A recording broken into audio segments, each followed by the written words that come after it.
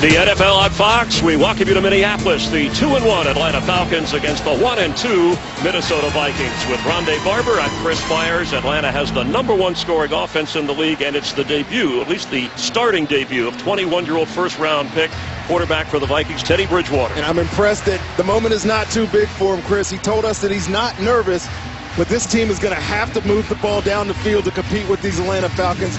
They are explosive with Matt Ryan. Julio Jones is back. This will be a fun game to watch, Chris. And Atlanta won the toss. Of course, they want the football. They've lost 8 of their last 9 games on the road. Devin Hester, the all-time return king. And a week ago, Thursday, 56 points put up for the Falcons. Game 4 underway. Atlanta, Minnesota. Devin Hester. And they're not going to give him a chance. Matt Ryan will lead the offense from the 20-yard line. He's only missed 2 games in his entire career, and coming off a performance where he completed 21 out of 24, setting a team record just over 87% completion against the Buccaneers, who, by the way, upset the Steelers today in Pittsburgh. Great win for the Buccaneers today, but they were completely annihilated last week by Matt Ryan. Julio Jones, who was leading the league in receivers coming into this week, will be a big target for him. We'll see if that combination can get going early here. Roddy White and Jones, top of your screen. Steven Jackson, the back.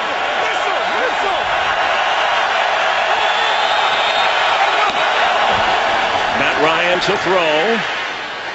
And incomplete. The coverage excellent over there by Xavier Rhodes on Roddy White. The Atlanta offense, they're without their third receiver, Harry Douglas, out with a foot injury, so we'll see more of Devin Hester and Courtney Roby. Yeah, Devin Hester, obviously the big return guy for this, but getting an opportunity to play wide receiver in this offense, we'll see a lot of him today.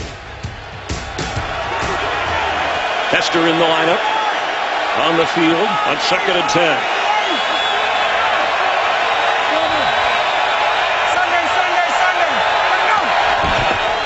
Hand off Steven Jackson, waiting for a hole and nowhere to go. Everson Griffin leading the defense up front for Minnesota. It'll be 3rd down for the Falcons.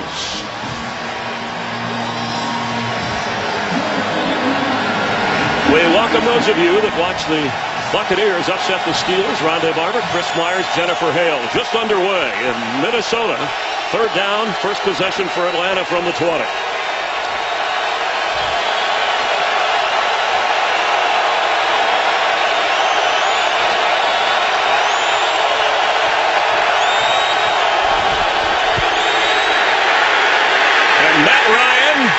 Is going to go down, and here comes a flag. Sharif Floyd with the sack. Get a lot of pressure up front. Offense, number 63. Penalties applied. 4th down. You see the pressure coming up front by the Minnesota Vikings here. And if you watch down the field, though, watch Harrison Smith come underneath Julio Jones. Xavier Rhodes over the top. Nowhere for Matt Ryan to throw that football. That was his primary receiver.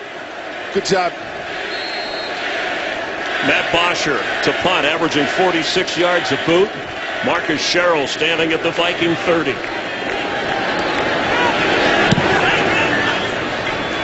Fair catch called for around the 28-yard line of Minnesota. His first NFL start. Teddy Bridgewater said he woke up this week and said, I realized my NFL dream is here, and they're chanting Teddy here at the University of Minnesota Stadium.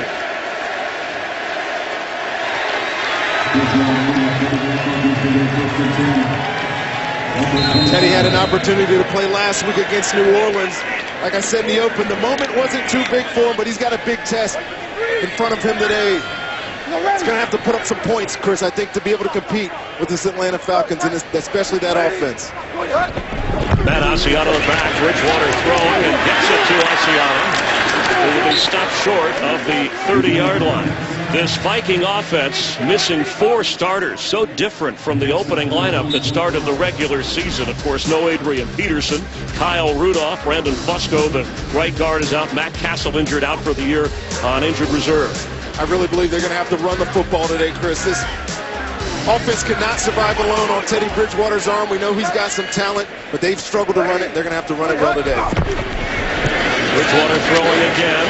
Pass caught right around the 29. It'll be 3rd down, and this Atlanta defense, they use a lot of different players, and it's really kind of a 3-4 that can turn into anything else they wanted to. That's exactly right. The 3 guys up front, married with Corey Bierman and Jonathan Massaquoi. We'll see a lot of OCU manure on 3rd downs. Corey Peters, can't really tell what they're going to do, but they do a lot in Mike Nolan's defensive scheme. Cordero Patterson, top of your screen on 3rd down and 7. 3 wide receivers. Hey, kill it! Pass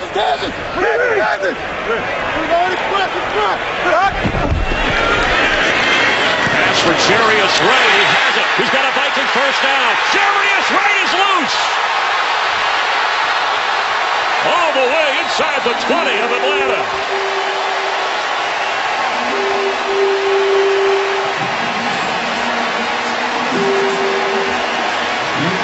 This was a really good job of the young quarterback check, and you see Jarius right here. He checked at the line of scrimmage to that screen because he felt the pressure from Atlanta coming, and Jarius Wright does all the wet rest after the completion. Bridgewater, 12 out of 20 in relief last week, and 3 out of 3 so far. Asiata the carry. Not much happening on the ground. Asiata came in averaging 3 yards a carry. This is his 3rd start this season. The Vikings have the 3rd youngest roster in the NFL behind the Rams and the Jags, and their 21-year-old quarterback part of that. But one who overwhelmed the team when he sat and talked with them in pre-draft meetings with his professionalism and his maturity. Bridgewater with time. He'll keep it and slide. He's a mobile quarterback, but one that doesn't necessarily look to run a lot. He doesn't want to run, and when he does move in the pocket, as you watch him in the preseason, he's looking to throw the football. He's not one of these guys that's going to scramble and look to make a bunch of yardage. You saw him there. He got an opportunity to run. He went down with it immediately when he wasn't going to get the extra yards. Norm Turner noted to us that he doesn't want him to be a running quarterback either. On 3rd and 4, Jarius Wright again. That's what sprung the play before. He's got it inside the 6 for a 1st and goal Vikings. You'll notice all these easy throws. You got a rookie quarterback. 1st game, a lot of pressure, playing at home. Get the ball out of his hand quickly, get it to his playmakers so he doesn't have to do too much. Let the moment come to him. Don't try to force it on him, and they're doing a good job of that so far early in this game. Vikings had 34 points in week 1 in St. Louis, only 16 points in the 2 games since. Patterson goes out to the left, top of your screen, with Jennings in the slot.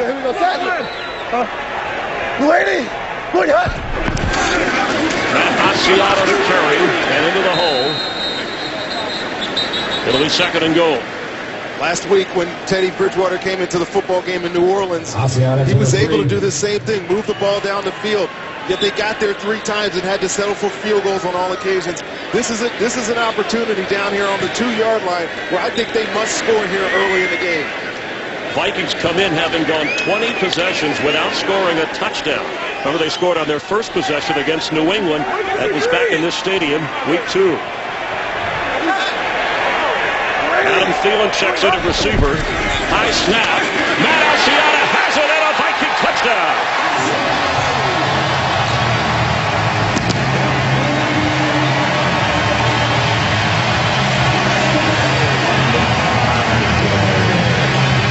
It's got to feel real good if you're Teddy Bridgewater. 100% completion on that drive. Goes all the way down the field to make some really good decisions.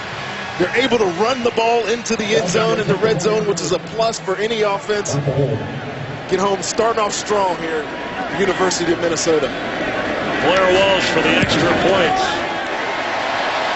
Teddy Bridgewater said he wasn't nervous starting his first NFL game. On that drive, 4 out of 4, and his team in the end zone and with the lead. This game is sponsored by Southwest Airlines. Without a heart, it's just a machine.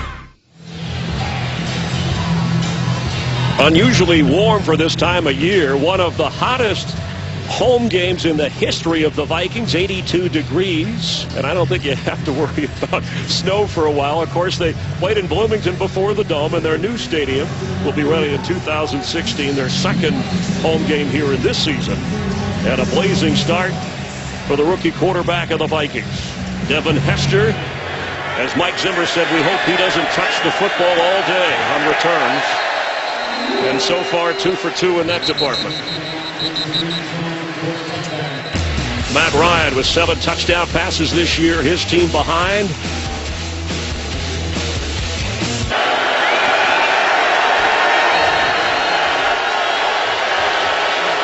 After a 3-and-out the first time they touched the football from the 20. Matt Ryan, the give to Jackson. Steven Jackson with a big hole up near the 30. Close to an Atlanta first down. In fact, they marked it just a little bit short at age 31. Steven Jackson coming in. He's the NFL's active career rushing leader, just ahead of Adrian Peterson. He's 31, but he looks like a spry 26-year-old. Part of that because he's going to share the load today with Jacquizz Rodgers and Anton Smith. Devontae Freeman might get some carries too. Second and short. First down, Jackson up across the 35-yard line. Steven Jackson in the eyes of Mike Smith with the other running backs you mentioned, Rondé. 12 to 15 touches should be plenty, so he is well paced for the season. Yeah, he's got a lot of wear on his body. He's look at that, almost 11,000 rushing yards. He'll probably get that at some point this season. But you need him to be fresh year-round so those other guys can share the load. Be much more beneficial for this Atlanta Falcons offense. First down just across the 35. Jackson again. Hit hard. Gerald Hodges is in there. Remember, no Chad Greenway. Also Jasper Brinkley helping out. Greenway snapping a string of 115 straight games at linebacker for Minnesota. Yeah, we expect from Gerald Hodges some more athleticism to the position, but they're certainly going to miss Chad Greenway. He tried to play it out last week. He had the broken hand and the cracked ribs, and he just couldn't do it today. Jacquizz Rodgers checks in at running back at 2nd and 10.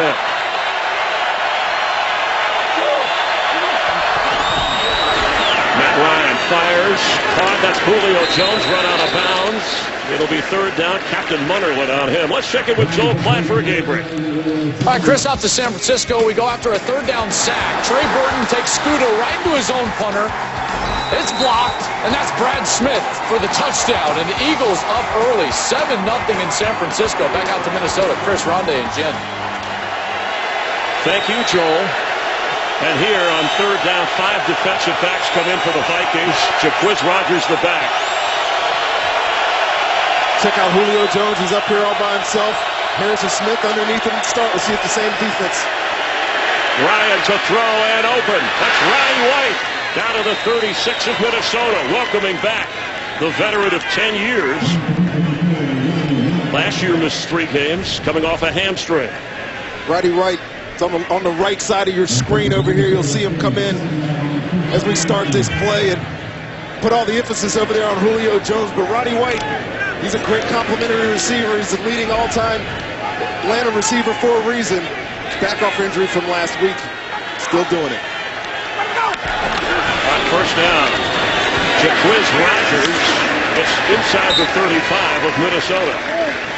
Second possession for Atlanta. Vikings scored on their first possession as Bridgewater in his first NFL start. 4 out of 4.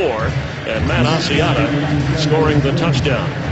Mike Smith, despite the 4-win season last year with all the injuries, has averaged double-digit wins. Part of the reason that for that road record right there is because Matt Ryan hasn't been efficient. He had 3 interceptions week 2 in Cincinnati. He leads the league in interceptions on the road since the beginning of 2013. He'll have to be better today. Devontae Freeman checks in at running back. Second and 8, 35-yard line. Freeman catches the floater from Ryan and goes out of bounds around the 30. Harrison Smith ran over there.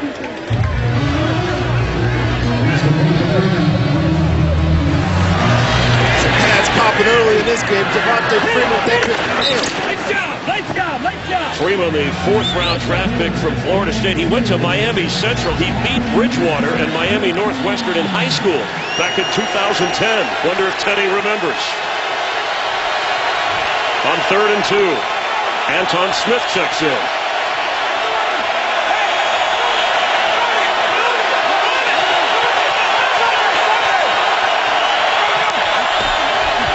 He gets the carry. Squirming. This may be the first Mike Smith decision to make in this game. Whether to go for it or not, depending upon the spot, or if they require a measurement. He got the first down. Takes away the early drama.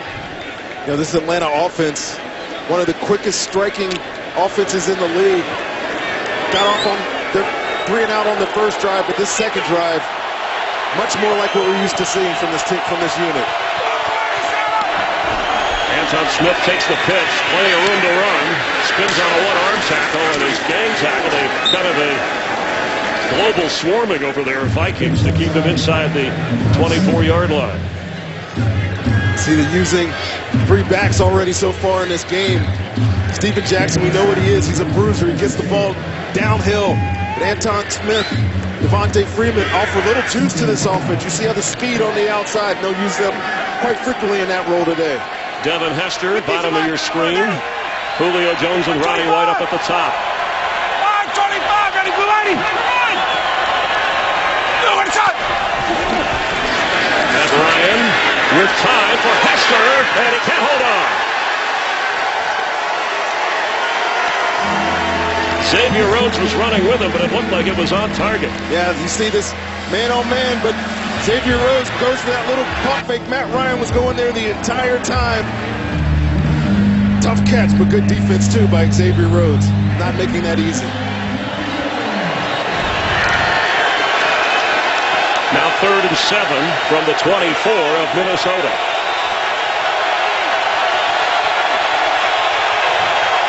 You got Roddy White and Julio Jones, both of them up here.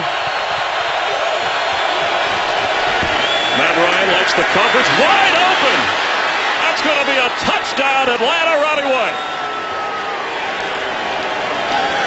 You called pre-snap, and it looked like confusion in the Vikings secondary. Absolutely. The Vikings showing some blitz here, so you know these 2 guys are in man-to-man coverage. You see them give the signal. They're going to bracket that. One guy had to take Roddy White there. They messed up the communication, and he's wide open for an easy throw and catch for the touchdown. 24-yard touchdown pass on 3rd down for Matt Ryan. Matt Bryant on for the extra point to tie this game.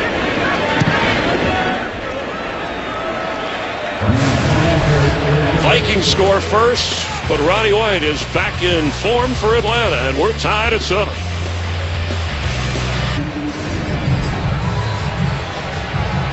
Rondé Barber, Chris Myers here in Minneapolis, where the Falcons have just tied the Vikings at 7. For Darrell Patterson, dangerous return man on kickoffs for the Vikings. And you see the numbers, 109, equaling the longest in NFL history, as Matt Bosher boots it high. Patterson, 4 yards deep, bringing it out. For Darrell Patterson, he gets a block. Run out of bounds across the 45 of Minnesota.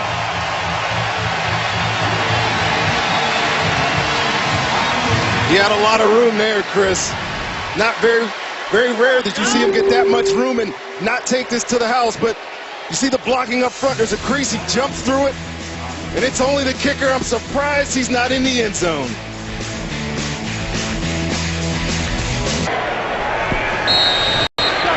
From the 47-yard line after the Patterson return, Teddy Bridgewater on 1st down. Falcons threatening blitz, they back off.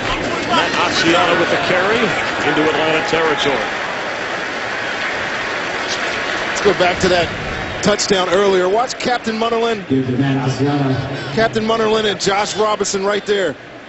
This is Julio Jones. Watch them both take their eyes off Roddy White, pull their attention to number 11, and he's wide open for the touchdown.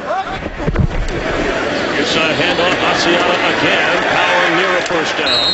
Teddy Bridgewater, born in Miami, went to Louisville, wears gloves on both hands. It said it started obviously in the cooler weather, but he always changes gloves at the half. I'm sure they get a little wet, sweat. His mom, breast cancer survivor, when Teddy in high school got the news, and here to support him, Rose Murphy cheering him on, and that is a first down Minnesota after a couple of running plays. Hey! Set! Whoa! Deuce it! Lady! Time for Bridgewater on target. It's Greg Jennings. Inside the 15 of Atlanta. What a confident throw that was, Chris. You see, Teddy Bridgewater, Corey Bierman is rerouting him. As he's coming off, the ball is hitting Greg Jennings right in the face. You know, there's a guy on this team that is needed to step up the first 3 weeks. It is Greg Jennings. Darrell Reeves took him away a couple of weeks ago. He wasn't much of a factor last week, but that's a huge play for Teddy in this offense for him to make that kind of catch. 29-yard game, whatever those gloves are. Bridgewater, the hot hand. He's 5 out of 5 from the 14 now of Atlanta. He's set to throw again. Underneath, it's Matt Asiata, knocked down around the 13-yard line.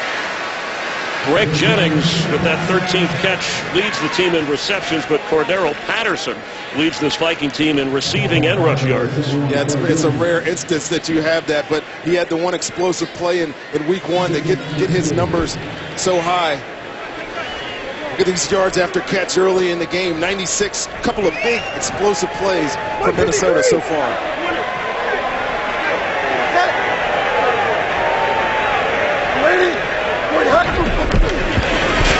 And off Matt Asiata, yes, another Viking touchdown.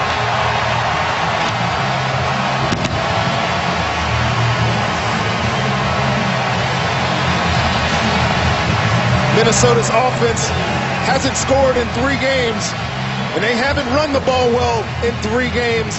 But today, Khalil, Johnson, Sullivan, and Dukas up front, all these guys, look at the push they're getting on these Atlanta Falcon D linemen, and Matt Asiata running with his head down, falls in for his 2nd touchdown of the game. They have used the pass to set up the run.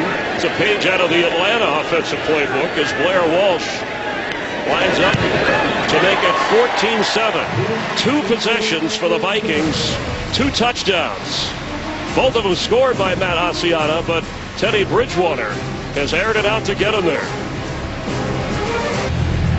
This October, history made as baseball's postseason moves to America's new sports network, Fox Sports 1. It's your home for baseball's National League Division and Championship Series. It begins Friday. Cardinals and Dodgers. Imagine Wainwright and Kershaw and the wild card team playing at Washington against the Nationals. Who will take it to the World Series? You'll find out this October on Fox Sports 1. Touchback so far, and that's again what Blair Walsh does to not allow a chance for Devin Hester and a return. We welcome you up to the booth here at the University of Minnesota on a warm day.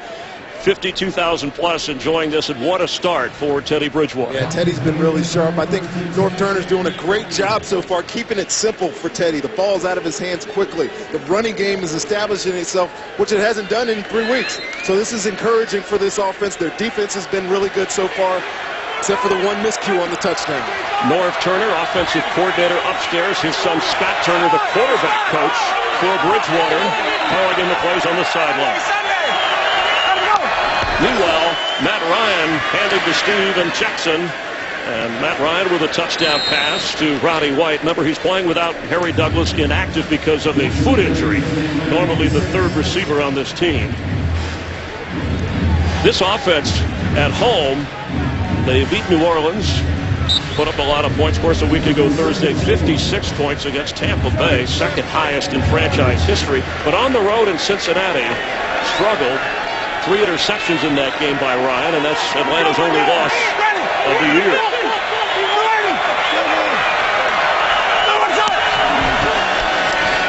Jackson has it and lunges to the 30, near a first down for Atlanta.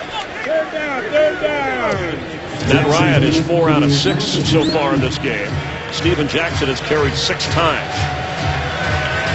And just short, it'll be third and less than a yard here as the first quarter is winding down.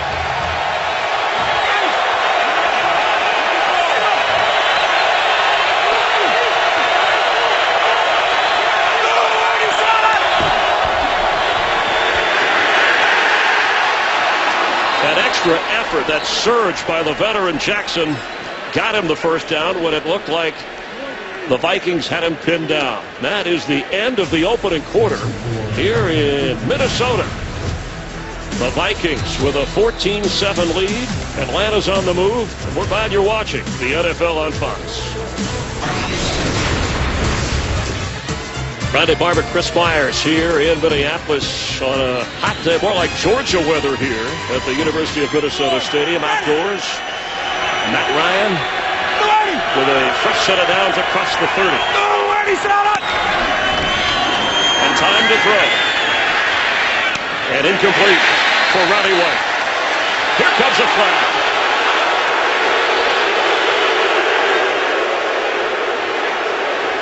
Xavier Rhodes over there covering. Our referee is Rod Torbert, first-year referee, who has called the most penalties over the first 3 games, an average of 24 a game, most in the NFL this year. But we did not have a penalty accepted in the opening quarter, only one that was called. Yeah, this crew has called a lot of the deep defensive pass interference, illegal contacts. There is no foul on the play for offensive pass interference. It's an incomplete pass. Second down. You played in the secondary. What do you think? I think this is a good no call. You'll see Xavier Rhodes and Roddy White. And Xavier Rhodes has the right to hold his position there. Roddy White comes out, puts both hands on him, but it didn't affect the play. And Xavier Rhodes made it. So good job picking up that penalty there.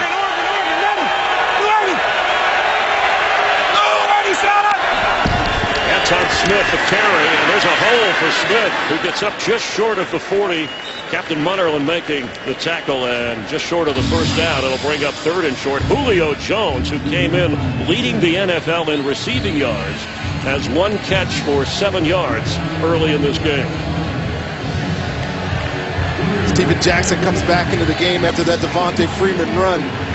Atlanta's doing a good job getting all these guys touches, but when they need that critical 1 yard, put the big guy in. 4 out of 5 on third down for Atlanta so far.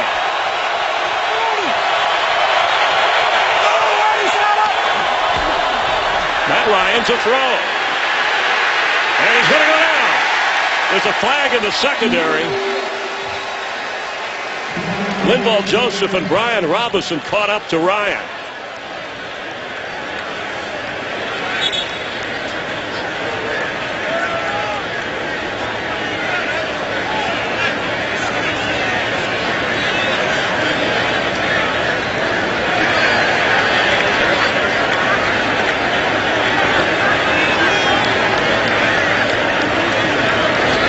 Before the quarterback left the pocket, illegal contact. Defense, number 29, 5-yard penalty. Added to the end of the run. First down. Just mentioned that this crew is really big on this illegal contact, and Xavier Rhodes clearly past 5 yards, still contacting Julio Jones there, even though that had nothing to do with the outcome of the play. If you're past that 5-yard mark, the emphasis is going to be a penalty. And when the NFL says point of emphasis in street parlance, that's we're going to overdo it and make the point. First down Atlanta. Devontae Freeman in at running back. Sunday. Ready to go. Freeman the carry. Stopped short of midfield. Falcons, as you said, use an assortment Kind of a four-part backfield with Steven Jackson and Freeman and Smith and Jaquiz Rogers. No huddle here. Something that Matt Ryan said, we'll do it on the road. More comfortable at home, obviously, but he'll do it as much as 70% of the time. Sunday! Let him go!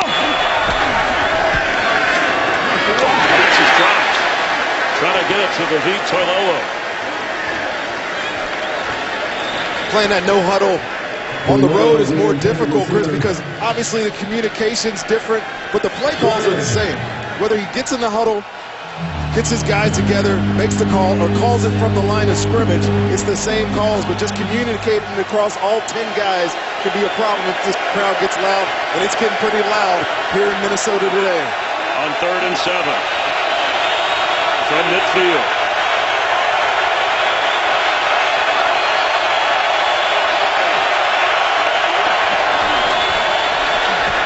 Matt Ryan, incomplete. Roddy White was the target. Couple of drops early. Saw Toilolo missed the ball before this. This is a nice throw release by Matt Ryan, right on target for Roddy White. He had to extend, but it was still another drop for Atlanta Falcons. Atlanta came in having just 2 drop passes over the first 3 games, among the fewest in the league. Matt Bosher to punt. Marcus Sherrill standing inside the Minnesota 10. So after driving 80 yards the last time, the Falcon offense stalls at midfield. Fair catch. Lets it go. And an excellent punt. Down inside the 10, around the 7.5-yard line. We're in the second quarter in Minneapolis for the hometown Vikings. Lead Matt Ryan at Atlanta 14-7. Game on Fox is sponsored by Chevrolet. Find new roads. By KFC, the world's best chicken. How do you, KFC? And by T-Mobile.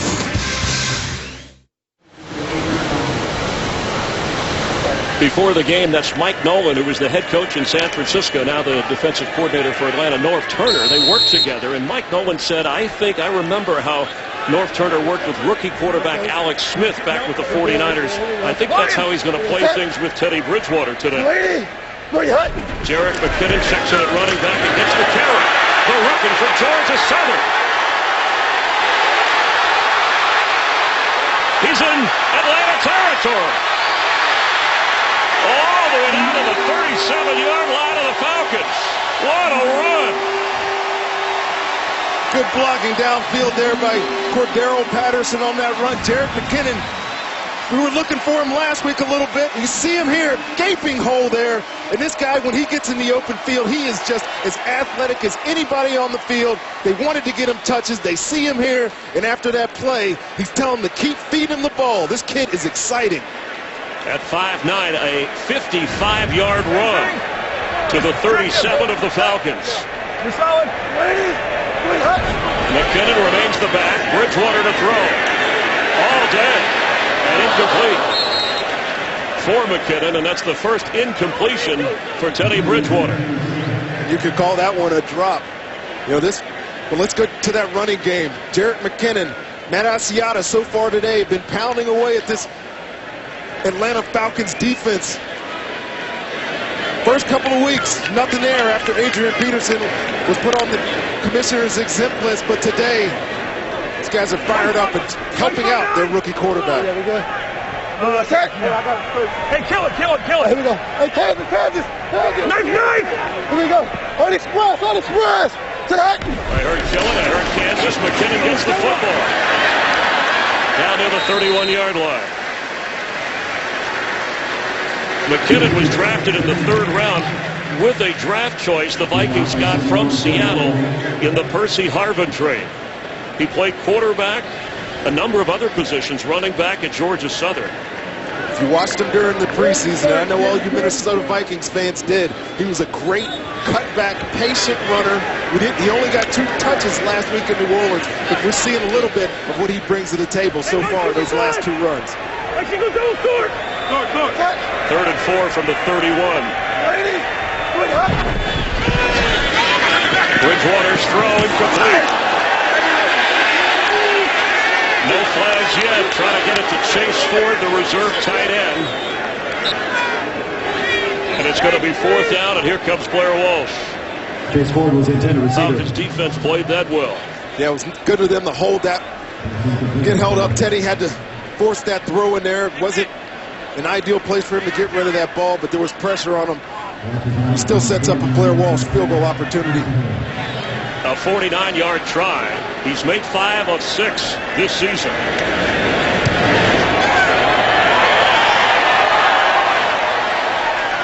It sailed on him. A little bit different kicking outdoors than in the dome. But an impressive drive nonetheless. Atlanta takes over, trailing by 7. After the missed field goal, Matt Ryan set up pretty good field position from the Atlanta 39. Steven Jackson the back. Pass for Ronnie White is incomplete.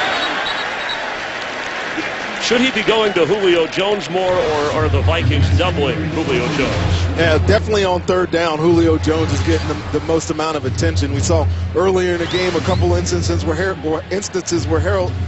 Harrison Smith was coming underneath him in pass coverage. So far, though, when in these base downs, 1st and 2nd down, he's all alone. But so far, Matt Ryan hasn't been able to catch up to him. Jackson remains the back. Hester in at receiver. 3 wide receivers on 2nd and 10. From the pocket. And he could not hold on. Ronnie White again. That was just good coverage there by Josh Robinson.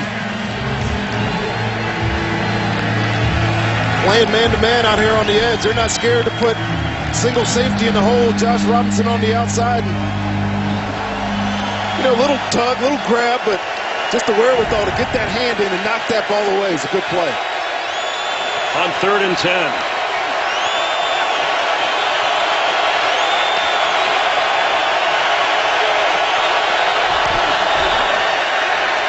Matt Ryan. And it's caught by Julio Jones. There's a flag down as well, and he falls down at the 46 of Minnesota.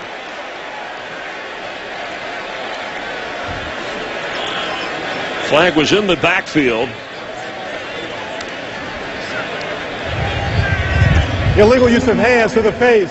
Defense, number 97. That penalty is declined. Result of the play is a 1st down. Everson Griffin called for the penalty. Yeah, it still went to double Julio. Josh Robinson's man to cover. You'll see Anthony Barr right there come in underneath. Try to take away that window, but Matt Ryan with that great protection. Jaquiz Rogers, they go without a huddle. Here comes a flag on the back end of the play. Matt Ryan had enough protection in order to get that ball out, step up in the pocket, and find his guy. Offense, number 61. It's a 10-yard penalty. Replay, 1st down. The call on center Joe Hawley.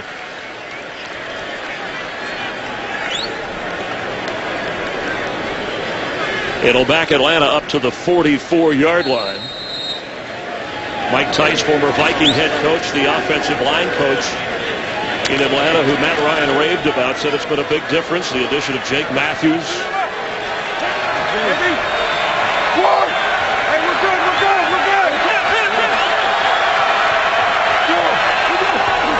On 1st down, underneath, Jaquiz Rogers. He's in Viking territory. Helmet gets knocked off. It'll be... Here comes a flag late, some extra shoving after the play was well over with. Robert Blanton lost his helmet. Tell you what, Chris, this Vikings defense is flying around today now. We've seen a couple of strong hits on the field already. After the play was over, personal foul, unnecessary roughness. Offense, number 32. That 15-yard penalty is assessed from the end of the run. The down counts. It's 2nd down. Jaquiz Rogers called for this. I know it takes a couple of hits there. 4 or 5 Vikings just pounding into him. I know he's just frustrated. You just can't do that. It seemed simple enough, but in the eyes of the officials, another emphasis cut down on the unsportsmanlike play by players against your opponents, and there it was. Atlanta going backwards at their own 37. They need to get all the way to the 36 of Minnesota. Jackson underneath.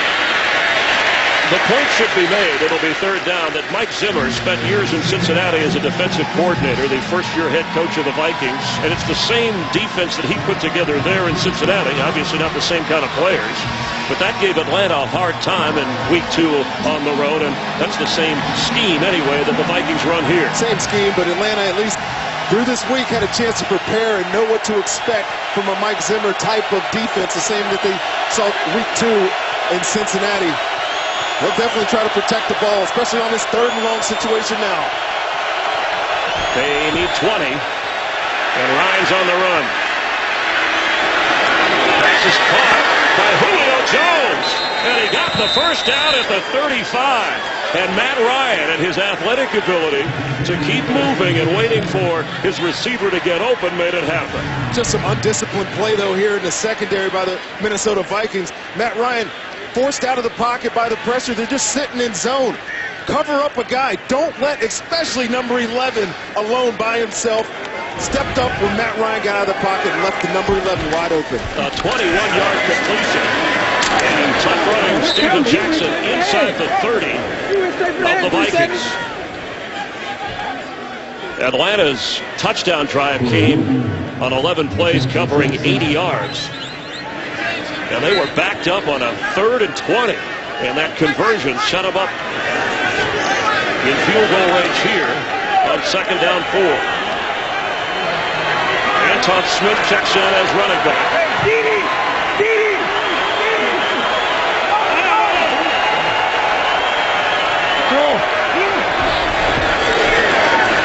Julio Jones has it.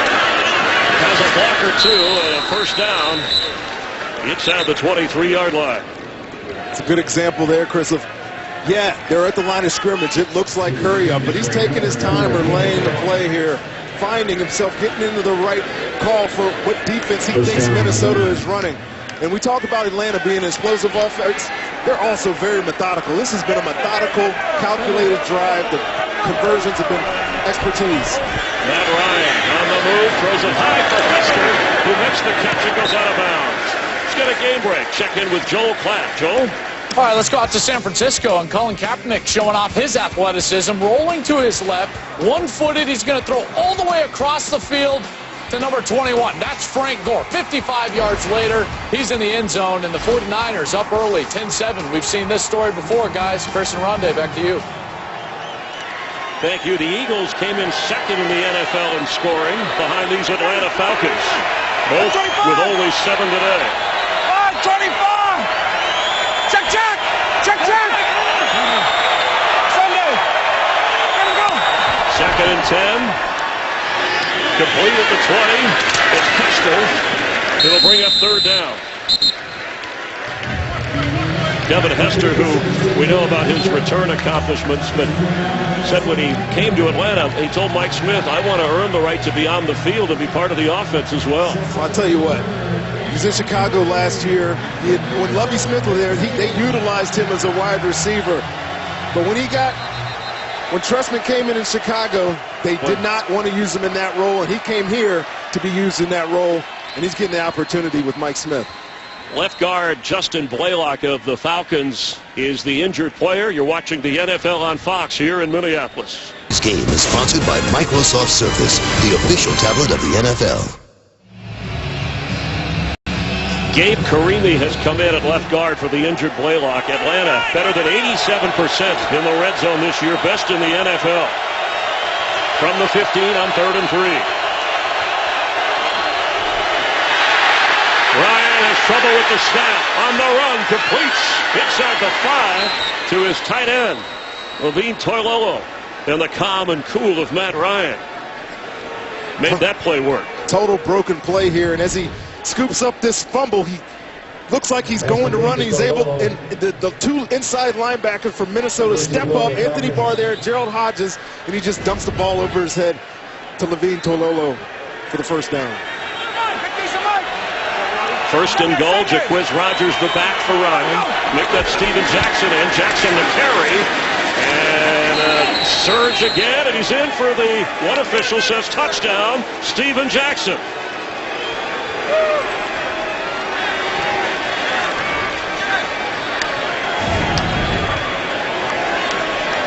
Let's see here, Gerald Hodges, see if that knee goes down before that ball crosses the goal line, and I think it does. You saw it just right there. It's going to be about on the half-inch line if they go upstairs and review this. And the command center taking a close look. Alberto Riveron, Dean Blandino helping the referee here, who will ultimately make the call, and that's why there is a hesitation. One official did rule it a touchdown, the other did not. Previous play is under review. Timeout on the field.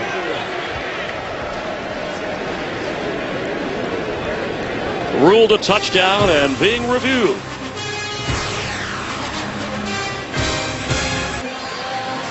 Steven Jackson's touchdown run reviewed.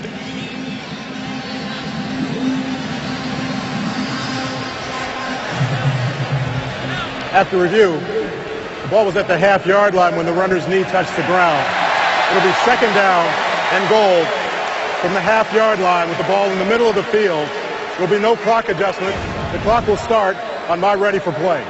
Yeah, as we looked at this replay, he's clear that his knee is down right there. Ball short of the goal line.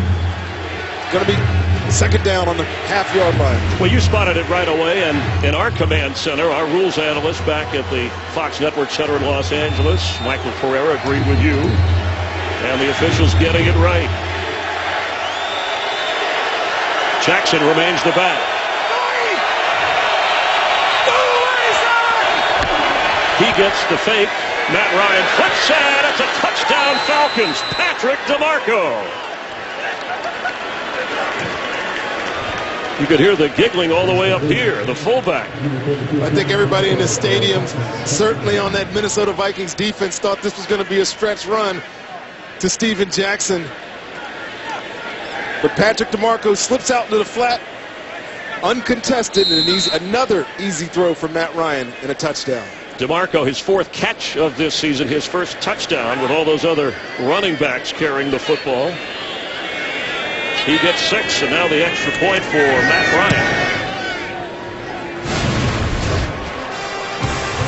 And at one time facing a 3rd and 20. Matt Ryan with a touchdown toss, and we're tied. Tomorrow on Fox, it's fall's #1 new drama, Gotham. It's an epic battle of good versus evil. Check out the new Gotham, followed by an all-new Sleepy Hollow. That's tomorrow night on Fox. With Rondé Barber, Jen Hale down on the field, Chris Myers. Glad to have you watching from the University of Minnesota on a sunsplash day, over 80 degrees. And Cordero Patterson, who had a spectacular return to set up Teddy Bridgewater and the offense of 49 yards. Hopes to get involved in the offense. We haven't seen a touch from him yet today on offense. I think they have to get him a little bit more involved here. He is certainly one of their bigger playmakers. And they want to keep it away from him. Wisely done on the part of the Falcons. Well, the Vikings talked about this despite starting their rookie quarterback. They didn't want to get into one of those track meet scoring affairs with the Falcons, but I guess Atlanta's not leaving them much choice. Well, Atlanta's one of those teams, though, once they get rolling, they're rolling, and Minnesota's going to have to keep this going, especially with Teddy Bridgewater. I mean, I've been impressed. Early completion success, getting the running game going. Seems like they're going to be able to keep up with this pace so far. Bridgewater, 6 out of 8. He has not run with the football, actually one on a failed play, but not a designed run. Pretty hot. On first down, Matt Asiata powering it across the 26-yard line. Let's get a game break again and check in with Joel Klatt. Joel? All right, Chris, how about Darren Sproles for Philadelphia? His face mask gets grabbed. Don't worry, there was a flag for that, but then he's gone. Motoring down the field. That's a touchdown. 3 non-offensive touchdowns for Philadelphia in this ballgame. They're up 21-10. Chris and Rondé. Thanks, Joel. And San Francisco, disappointing start to the season. Matt Asiata on second down. Nowhere to go. It'll bring up 3rd and a couple. Let's check in down on the field with Jen Hale. Well, Chris, Justin Blaylock and these Falcons trainers have been fighting to get his lower back stretched out enough for him to be able to return to this game, but so far he is questionable. Meanwhile, William Moore, safety for the Falcons, is also questionable with a shoulder injury. Chris, I can tell you the heat is certainly affecting both sidelines. Several Vikings players have been using oxygen, and Tyson Jackson on the Falcons sideline tells me it's hotter right now in Minneapolis than it's been in Atlanta this week, Chris. All the way up to the 40 with an Atlanta first down. 3 straight runs from the Viking offense. Well, it's just kind of stating your authority here. This offense all year long has been struggling in this run game, but look, you get the double team on the nose tackle there. Matt Asiata just sticking his head forward, getting the tough yards, identifying themselves on offense today, Chris. The undrafted free agent, fake pass wide open. Rhett Ellison with a first down at the 41 of Atlanta. And an excellent fake from Bridgewater. Yeah, the balance of this offense right now. North Turner's doing a really good job mixing it up. Obviously, a guy like Teddy Bridgewater, with his versatility, is able to do this. They look really good moving the ball right now, Chris. Kind of a delayed handoff to Matt Asiata, as if Teddy Bridgewater didn't want to give it up there. He's starting at his 4th game in the NFL, of course, as a pro, and as a true freshman started in his 4th game for Louisville and revived that football program. And I think the Vikings, because of what's happened here, hoping that he could become the face of this franchise. At one time thought it was a #1 overall pick, Teddy Bridgewater, from the 3rd quarterback drafted. And starting today for the first time in the NFL. Pass is incomplete. He saw the pressure and got rid of it. Robert McClain, good job on that play too, but look at the yards per play here. That is, nobody would have expected that. If you would have asked them that an hour and a half ago before this game started, that Atlanta, with that high-flying offense, Matt Ryan and his weapons over there, would be a full half of what Teddy Bridgewater and his offense is producing today. 3rd down at 6. On the fringe of field goal range.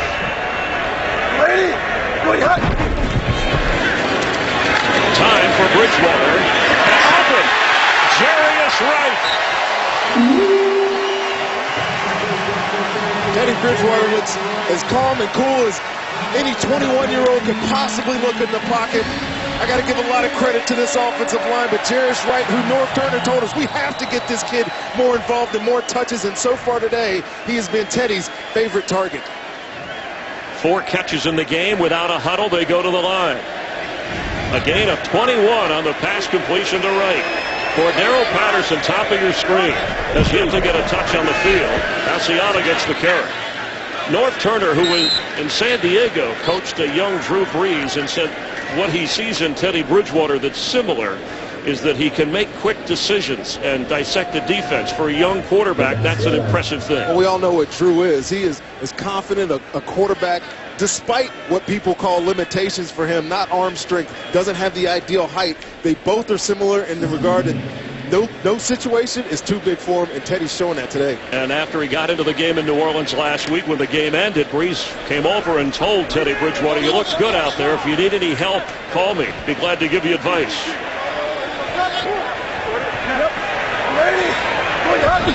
On 2nd and 8. Room to run if he wants it. There goes Bridgewater. And touchdown, Teddy Bridgewater.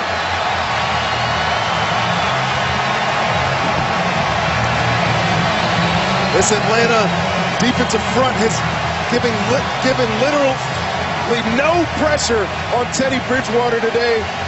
They covered him up well there in the secondary, but Teddy, with that athleticism out of the pocket, he's not looking to run. We talked about it, but when you have that much room, you just go ahead and take it. His mom couldn't be more excited with the way her son is playing today. A 13-yard run for his first NFL touchdown. You hear the chants of Teddy.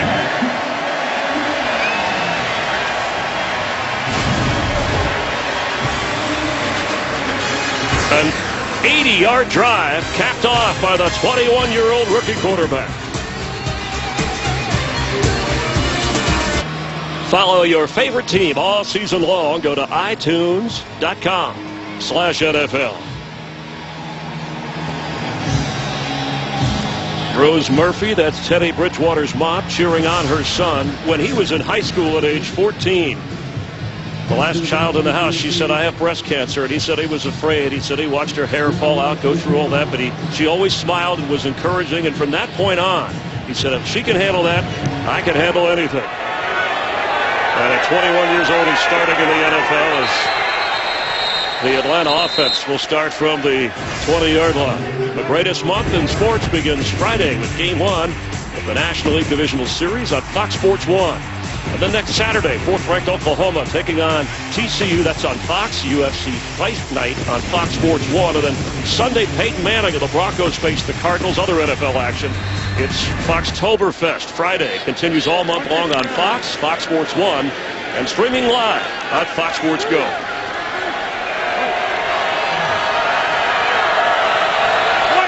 From the 20, first down, Matt Ryan, 13 out of 20. He's got 2 touchdown passes. Devontae Freeman as a receiver at the bottom of your screen. Matt Ryan goes that way. He falls down across the 25. Well, if any team can get into a scoring affair track meet and do well, home or road, it's Matt Ryan and the Falcons. Absolutely. He thrives in these situations. He loves to have the ball in his hands, and he's got an opportunity here at the end of the half to answer that score from Minnesota. All 3 timeouts for Atlanta. That's incomplete for Ronnie White. The coverage close, but no flag. Josh Robinson's all over the place today. He's their 3rd corner, but he's playing a lot because Atlanta has 3 receivers on the field most of the game, and his assignment so far today has been tracking around Roddy White, and he's made 2 or 3 great plays on passes so far today.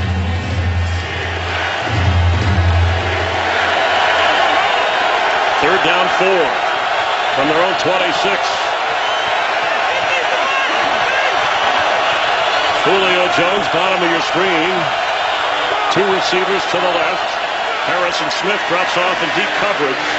Sideline throw is incomplete for Devin Hester. And the coverage was good. Big stop there by the Minnesota Vikings. Playing man-to-man coverage, and Matt Ryan decides to take another shot at Devin Hester one-on-one over there with Xavier Rose, and just overthrows his target and gives Teddy Bridgewater in this offense an opportunity here with 1 minute and 32 seconds to extend this lead even more. Harry Douglas, the 2nd leading receiver on this team, not playing today. And it has been a bit of a factor for Matt Ryan. Marcus Sherrill's waving. Fair catch around the 15-yard line. Vikings offense will take over. Let's check in with Kurt Menefee, see what's coming up at the half. All right, coming up on the Visa halftime, the Packers bounce back behind a big day from Aaron Rodgers. Steve Smith leads the Ravens to a blowout over his former team. And finally, the Bucs show how to complete the comeback in Pittsburgh. Those highlights and more coming up on the Visa halftime. Thanks, Kurt. And this Viking offense has been so good that they haven't had to punt the ball today, which means that Devin Hester has not had a chance there, and obviously they've kept it away from him on kickoffs. Well, if they were going to punt, I don't think that ball's going to him anyways. Mike Zimmer said, I think we're going to kick it out of bounds if he ever gets that opportunity, if he ever get an opportunity to. Teddy Bridgewater drives, touchdown, missed field goal, touchdown. McKinnon carries. All 3 timeouts for the Vikings, and the Falcons will use one here, so they'll have 2 remaining in the half, and you see how much time, 1 minute 18. Vikings will get the football to start the second half. If you would have told me that Cordero Patterson would not have a touch, this Minnesota offense would still have 21 points in the first half of this game, I'd say no chance. But you'd also not believe that Jerick McKinnon has a 55-yard run and Jarius Wright has a 52-yard completion. The explosive plays that have come out of this offense so far today have really balanced the power of this game. Atlanta, of course, they have the weapons on that side of the ball. Minnesota, though, with Teddy Bridgewater today, the emergence of Jerick McKinnon and Jarius Wright have matched them toe for toe. He's working with a backup right guard, a backup tight end, obviously a backup running back, the undrafted free agent, and Matt Asiata from Utah. And in his first start in the NFL, has completed 8 of 11 and has run for a touchdown.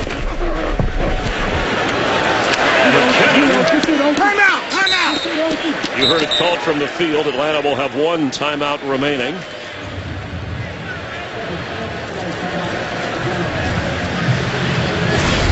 First rookie quarterback to start for the Vikings. A historical reference in 1961. 21-year-old Fran Tarkenton coming off the bench. 250 yards in this game, had 4 touchdowns. And lives in Atlanta, and I'm sure he's watching. Keeping a close eye on the rookie in purple against the Falcons. Yeah, fans still wearing his jersey around here. He's a character, Fran Tarkenton, even to this day. But boy, there's a guy who could run around and throw. The art of scrambling, Sir Francis. On 3rd and 1. Lady, good hut. McKinnon will have a first down. Across the 30, and he almost broke it. Oh, did he ever, Chris? He is 1 trip away from going 60-something yards here. Jerick McKinnon, we know what kind of speed he has. Watch this. As he turns his corner, his own guy, Jerome Felton, tripped over his legs, or I think he outruns Prince Shimbo to the goal line there. Vikings use a timeout. Minnesota will have 2 remaining. Atlanta was hoping their defense could force a punt. But now with 1:09, the Vikings might be thinking, let's get some extra points here. Yeah, Mike Zimmer, I think he's got to be thinking, let's steal a possession here. You get a punt at the end of the half from Atlanta. You're able to get out of your red zone, which he is. You can get 30, 40 yards and set up maybe a long Blair Walsh field goal attempt. Walsh has missed one earlier, where the Vikings would have more points. He hesitated and incomplete. That was the first time that Bridgewater wasn't sure about where he was going with the football today. Look at his scoring this season. Those other 2 games, not very effective getting the ball into the end zone. We talked about how many quarters it had taken them to score, but 21 points in the first half today. And this offense with Teddy Bridgewater at quarterback looks way more efficient than it ever did with Matt Casser. 2nd down 10.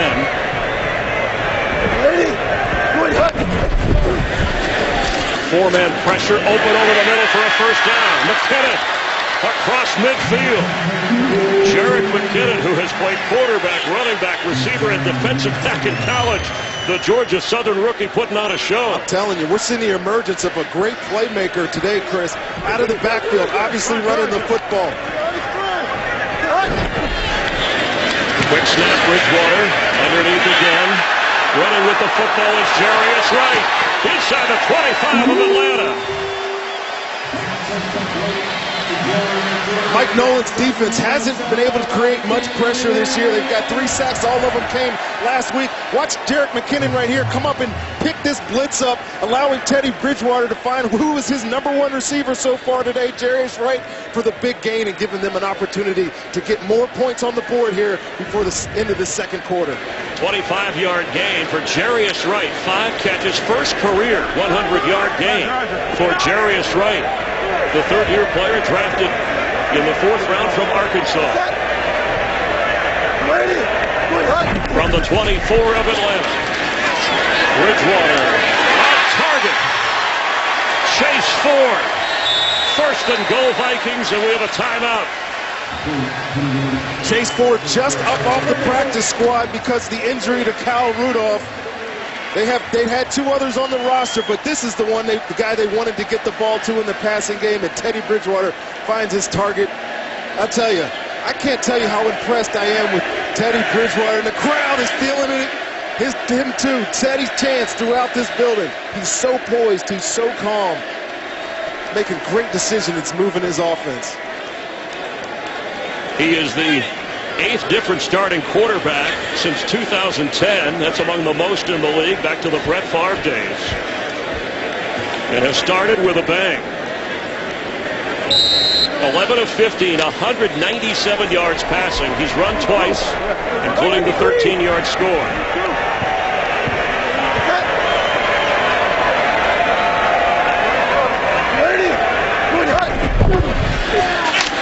McKinnon knocked down. Touchdown Vikings.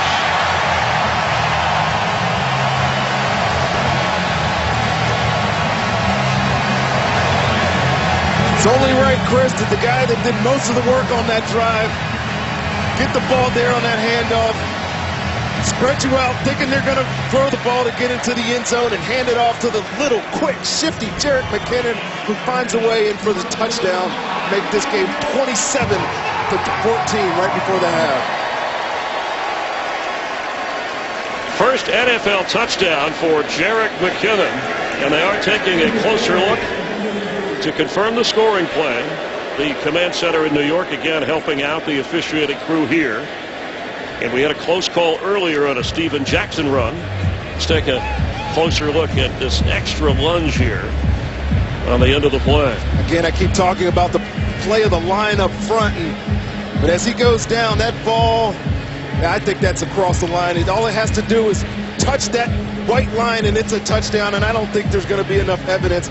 The officials right there, you see 124, both line judges on either side gave the indication for touchdown. I think Jerick McKinnon is going to be still celebrating on the sideline here with his first professional score. Get a closer look here. It's going to be close. That elbow's down before that ball crosses. It'd be interesting to see what the call is from New York as Mike Pereira, our rules analyst, with a look at it as well. Watching, Mike?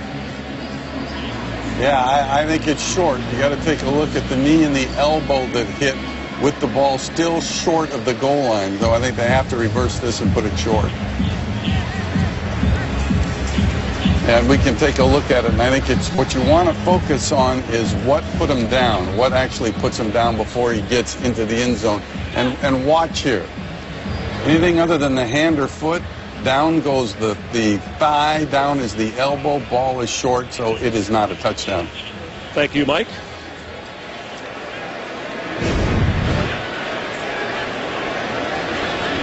Well, if that's short, it's going to be on about the quarter-inch line. I mean, that ball, you're picking hairs there. On that last replay, you could see where the ball went down. It looked like it did not break the plane. See what Ron Torbert says after consulting and reviewing.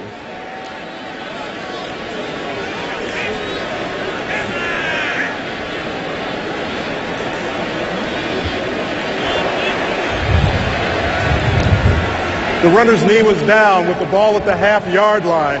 It'll be 2nd and goal on the left hash. By rule, the reversal requires that we run 10 seconds from the game clock. Please reset the game clock to 13 seconds. The clock will start on my ready for play.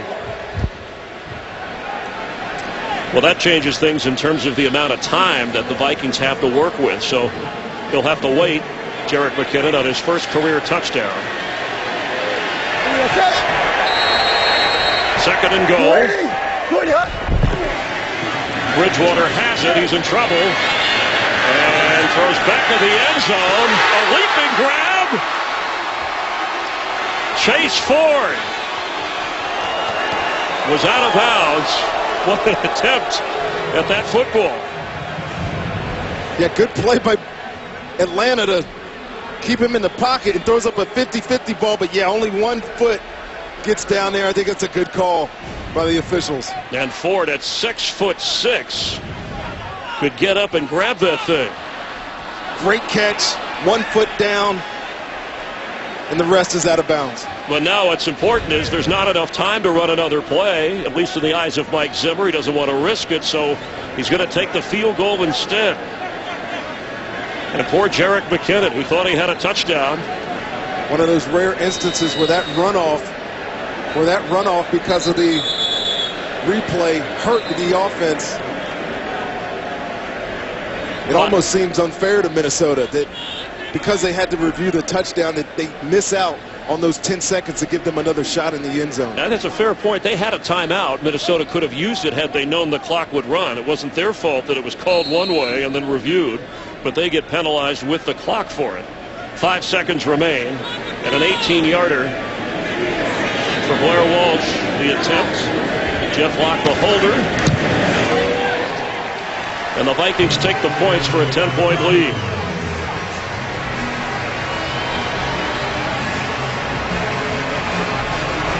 But a spectacular drive with time winding down before the half. Very impressive drive. Just the unfortunateness of the situation with that replay.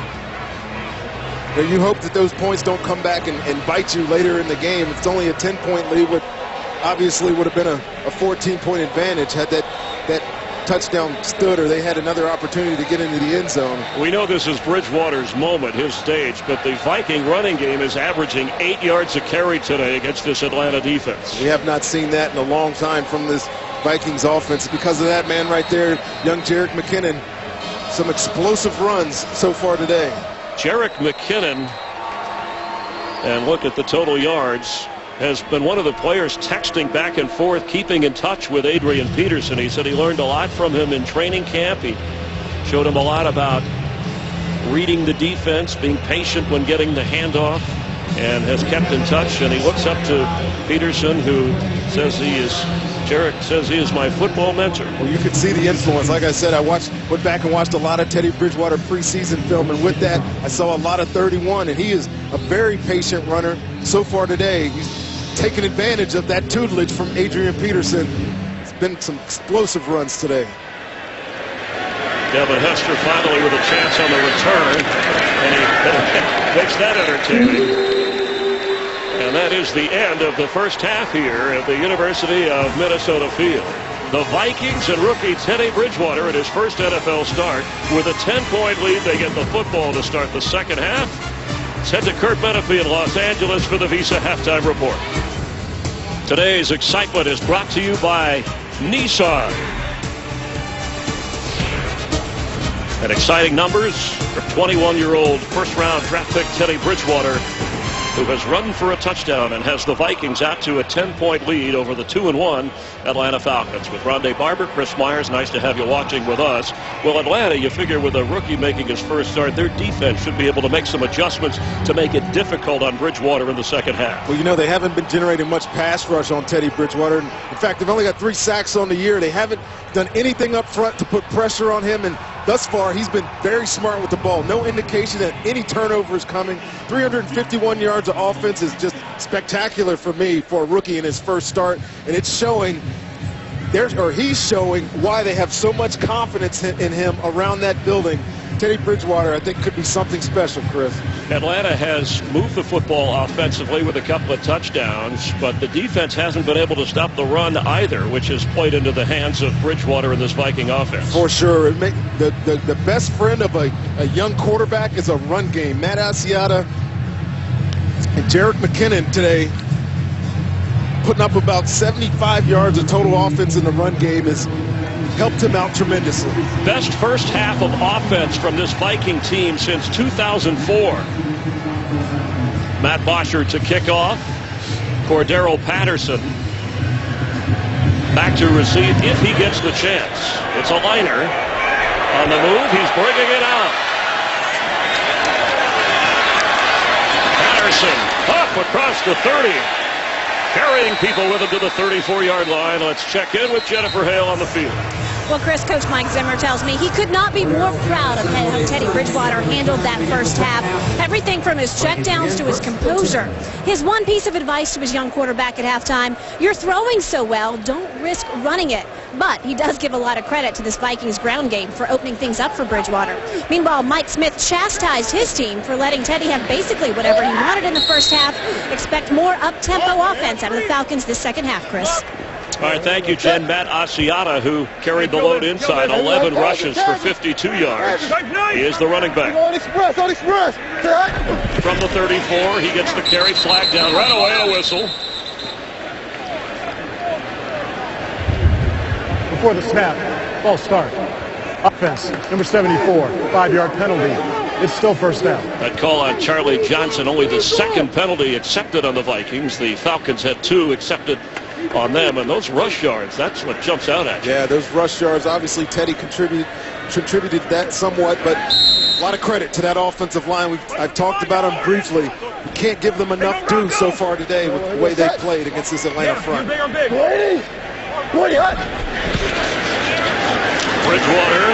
sets up a screen. That's Matt Asiata, who's got some blockers, and it's well run.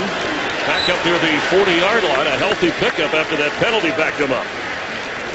One thing Matt Asiata does really well is catch the ball out of the backfield. The first 2 games of the season, he had big completions, and Teddy's as confident getting the ball out to his number 1 option or the check down as anybody, and more oftentimes than not, that's going to be the running back, and it's Matt Asiata there. Go without a huddle, second down. Jarius Wright, leading receiver in the game with 5 catches on the bottom of your screen. Middle of the field, Cordero Patterson. His first catch of the game, and it's a first down.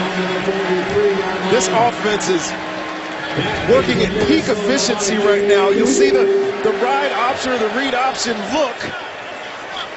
And then Teddy Bridgewater drawing up those linebackers, dumps it in right behind him to Cordero Patterson for the first down. Without a huddle.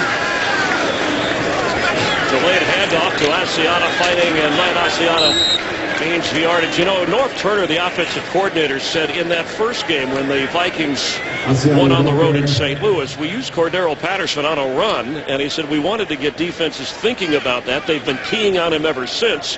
So in a sense, he's been a decoy to allow other players to make their move. Well, again, if you would have told me that they would have had the number of explosive plays that they had in the first half and he wouldn't have had any of them, I would have told you a liar or that you were in another stadium. Cordero Patterson is an explosive player, but it's been the other guys today, Chris, that I've been most impressed with. The guys getting their opportunity, and they've shown so far for Teddy in this offense. Second down 9. Bridgewater in trouble here. Gets out of the rush and is on the move. He slides at what looks to be right at the first down marker. You see the dirt kick up from this artificial surface. I tell you what, that is one heck of an athletic move here. Watch this Olay and the spin move off of his own offensive tackle there, Matt Khalil, picking up the first down. Teddy Bridgewater gives this offense so many more dynamics as a quarterback.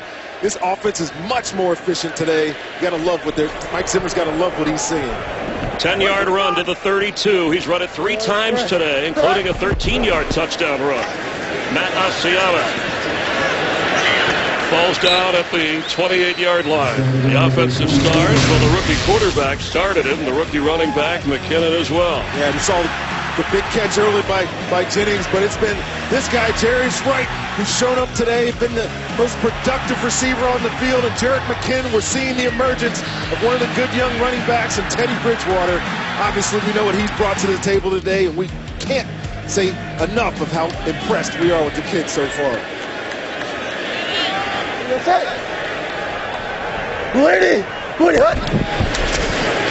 Matt Asiata straight ahead, near another Viking first down. Looks to be a little bit short. It'll bring up a 3rd and inches, depending upon the spot here, the measurement. Brian Cox came in as defensive line coach. We'll get back to that thought in a moment. Without a huddle, Bridgewater trying to go forward for the first.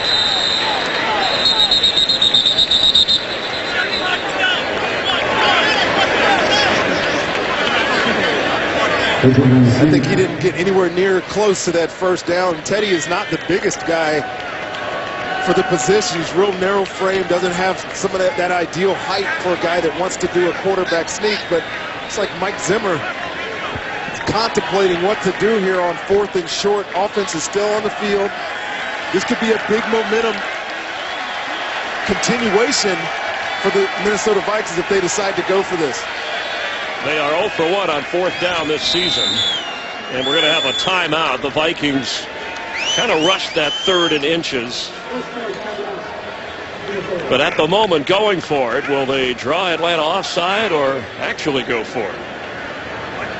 Today's Game on Fox is sponsored by Southwest Airlines. Without a heart, it's just a machine. By Nissan, innovation that excites. By Miller Lite, back in its original look. It's Miller time. And by Lowe's. Lowe's, never stop improving. Mike Zimmer, frustrated with that series, had to burn a timeout, decided not to go for it on 4th and inches. So Blair Walsh, who has missed from 49 and made from 18, will make from 41. And the Vikings take the second half kickoff and add to their lead. 27-14 with 10:40 remaining here in the third. This October, history made as baseball's postseason moves to America's new sports network, Fox Sports 1. Your new home for baseball's National League Division and Championship Series. It begins Friday. Cardinals and Dodgers, rematch of last year's postseason meeting. Will the Giants or Pirates face the Nationals? Tune in and find out.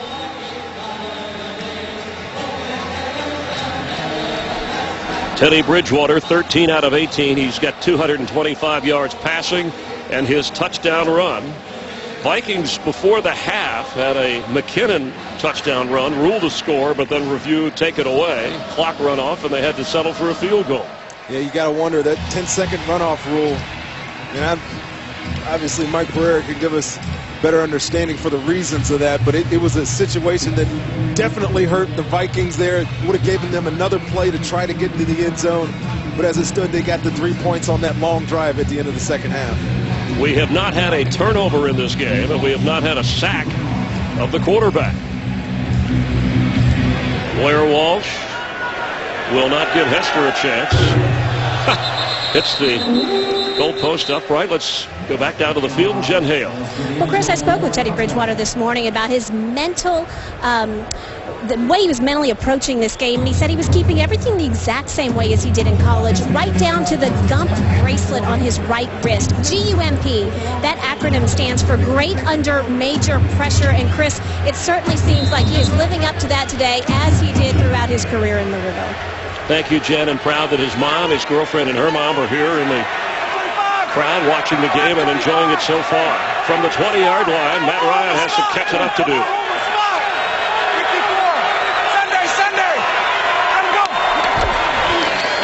Steven Jackson with a big hole. Something to think about this Viking defense. They have allowed just 19 total second half points. That's second best in the NFL coming into this weekend. Only Chicago was better. Yeah, they held the high-flying New Orleans Saints last week to only 3 points in the second half. But it's early still in this second half here. Atlanta can take their time here. They don't have to feel like they got to chase the game yet. Give Matt Ryan a chance to use the running game. They'll still get an opportunity to get back in this football game. Ryan from the pocket underneath to Jackson. He's going to fall forward for the first down. Looks like he crossed the 30. If that's good enough.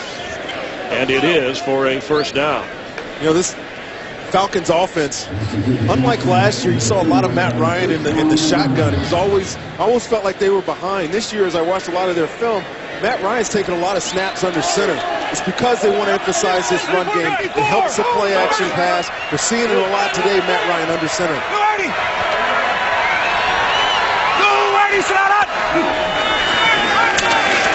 On first down, open is Julio Jones. He's in midfield for an Atlanta first down. His 5th catch of the game. Vikings decide to bring some pressure here. Harrison Smith, and it leaves Xavier Rhodes one-on-one. You see the misstep there at the line of scrimmage. You get a receiver like Julio Jones, who's great down the field with speed and power, and if you're a step behind, you don't get hands-on. It's an easy throw and catch for that duo of Matt Ryan and number 11 there, Julio Jones. Came in averaging 16 yards a catch. They've held him to 14, but that's his 5th catch of the game. Jackson with another Atlanta first down inside the 40 of Minnesota. There you go, Chris. The patience, the balance. Keep this offense where it is here for Matt Ryan. Allow your running game to complement your passing game. They've done it on this drive. They're going to have to continue to do this. Not yet ready to get that sense of urgency where they feel like they can't win this football game. Jaquiz Rogers in at running back from the 39. Sunday. Let him go. Matt Ryan underneath. Rogers met hard. Good tackle by Anthony Barr, the rookie who came in leading this team in tackles. The other first-round draft pick came ahead of Teddy Bridgewater. Haven't talked about Anthony Barr yet today, but you put him on film and the kid is all over the field. Makes tackles. Today he's wearing the green dot. You see it there on the back of his helmet with Chad Greenway out. Mike Zimmer gave him the opportunity to call plays. He said, just call what I call, kid. And he's done a lot of responsibility today for him, and he's played well so far.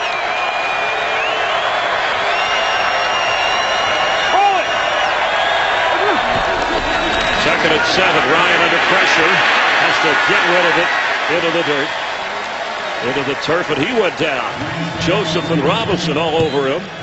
It'll be third down.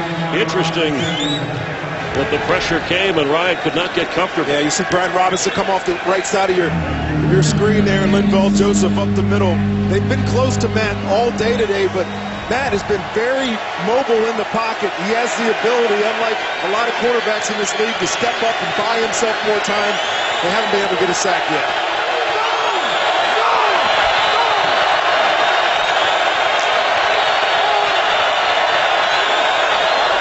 Third and 7. Drops it off. Devin Hester. He fights for the first down and he's loose. Devin Hester has a Falcon touchdown.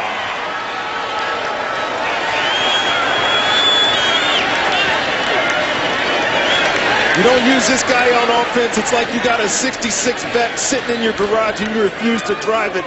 Chicago's thinking right now we should have given this kid the ball more last year. Matt Ryan does a good job here. Changing the play at the line of scrimmage, setting up that screen to Devin Hester to beat that blitz, and he breaks a couple of tackles, and he's just athletic and fast and still got it, Chris, at 31 years of age. Dynamic playmaker in the NFL. 36 yards. Dirk Cutter, the offensive coordinator of Atlanta, dialing it up, and Matt Ryan and Hester executed perfectly. And now the extra point to get the Falcons to within 6 as Matt Ryan gets ready.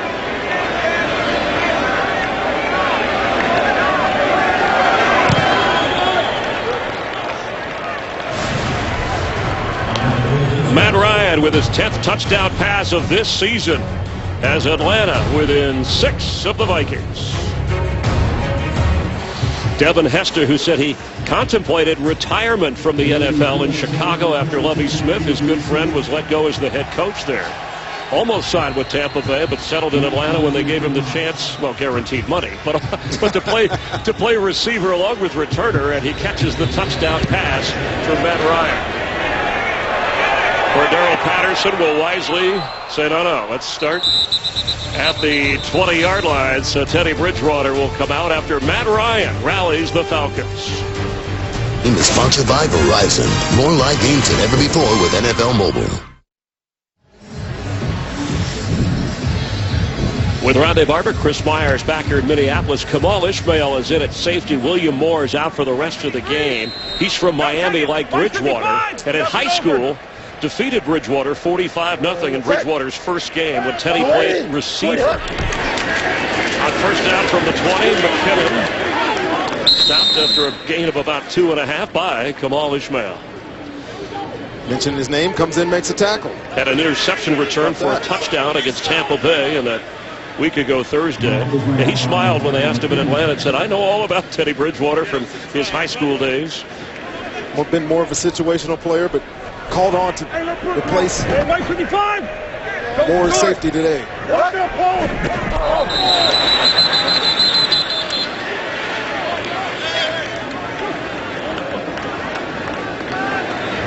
Ball start. Offense, number 87, 5-yard penalty. Still second down. Marquise Gray, the reserve tight end, the former quarterback for the Golden Gophers of Minnesota, who, of course, are the host, letting the Vikings hang out here until their new stadium is ready. And that drive by Ryan in Atlanta, 80 yards. They have been patient, Rondé. The Atlanta offense, they've had to work hard, but they have shown the ability to go the length of the field.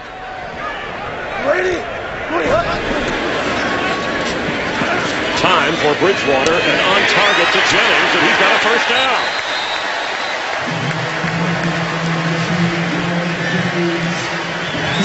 You know how you help your quarterback?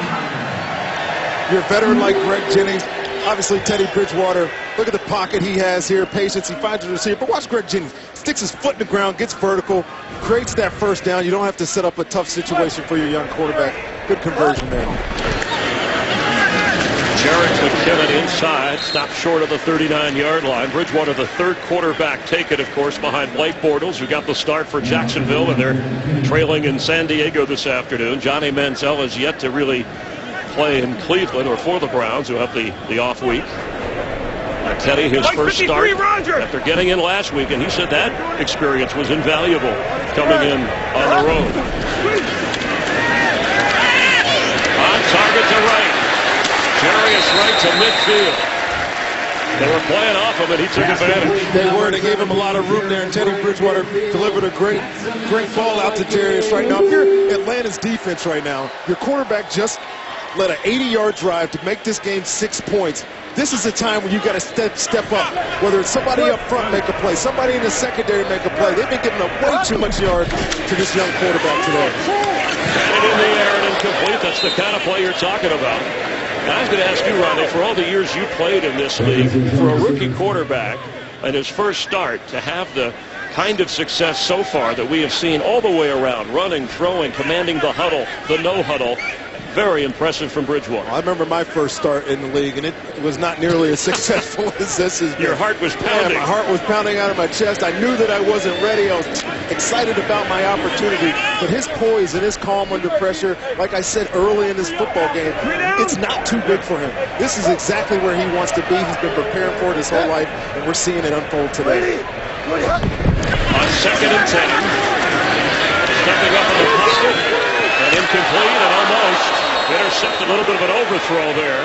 Atlanta had a chance for a takeaway, and the frustration of Desmond Trufant, who was the best cover guy in that secondary. Yeah, you was just asked for a big play by the defense. It was like fielding a punt for Desmond Trufant. I know he's a great player. He's going to get a lot more opportunities in his career to make these type of plays, but you got to come down with that interception there. And again, Atlanta defense under pressure all day long. They got a 3rd and 10 here. You got a chance to get off the field. It's getting some of this momentum that Teddy Bridgewater has brought to this offense. Atlanta came in leading the league on points, on takeaways. They do not have a takeaway here. Bridgewater dancing around. There's a flag in the secondary on the other side of the field. Penalty marker down in the secondary. It looks like it's going to be a hold in the secondary, so got to give it, though. Holding. Defense, number 50. 5-yard penalty. Automatic first down. That's O.C. Umenyiora, who was dropping into coverage. They brought pressure from one side. O.C., who has been obviously one of the great pass rushers in the league, being asked to drop into coverage, and he lost his man there and grabbed it. But you got to give credit there to Teddy Bridgewater, creating some more time and making plays as he gets a first down and 10 from the 45 of Atlanta. McKinnon with a good hold. There comes a flag on the back end of that. There comes a second flag. And a hold against Minnesota, the quick indication. Holding. Offense, number 62. 10-yard penalty. Replay first down. Vladimir Dukas, the penalty. I wanted to mention some of the Atlanta defensive players said what they noticed about Bridgewater studying game tape was that, like Russell Wilson in Seattle, he runs looking to throw. He doesn't just run and take off with the football. Yeah, of course, if there's open grass, he's going to take it. But you're right. Like Russell Wilson, like some of the other mobile quarterbacks in this league that don't want to rely on their athleticism to be runners, they make room in the passing game with their feet, and Teddy is showing that today as good as anybody. Jarek McKinnon setting this play out. Matt Asiata in the backfield. Mike's 5'3", my bad.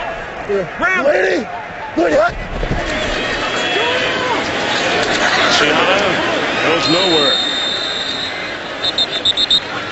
Paul Warlow, who came in tied for the league lead in tackles, the linebacker, with his 7th tackle of this game, and leads the team in that department. One of the more relentless players in the NFL.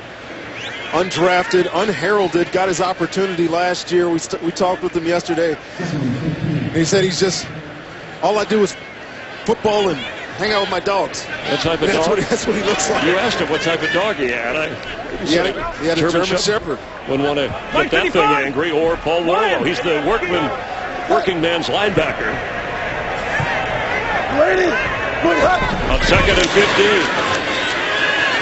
Oh, nice defensive play. Throw was a little behind. Robert Alford coming in to bat it away from Patterson. If you're the Vikings here, obviously you want points, but you want just a little more than leaving Atlanta room for a touchdown, a one-score game. Matt Ryan and his career of comebacks, always dangerous. Still need to protect the ball.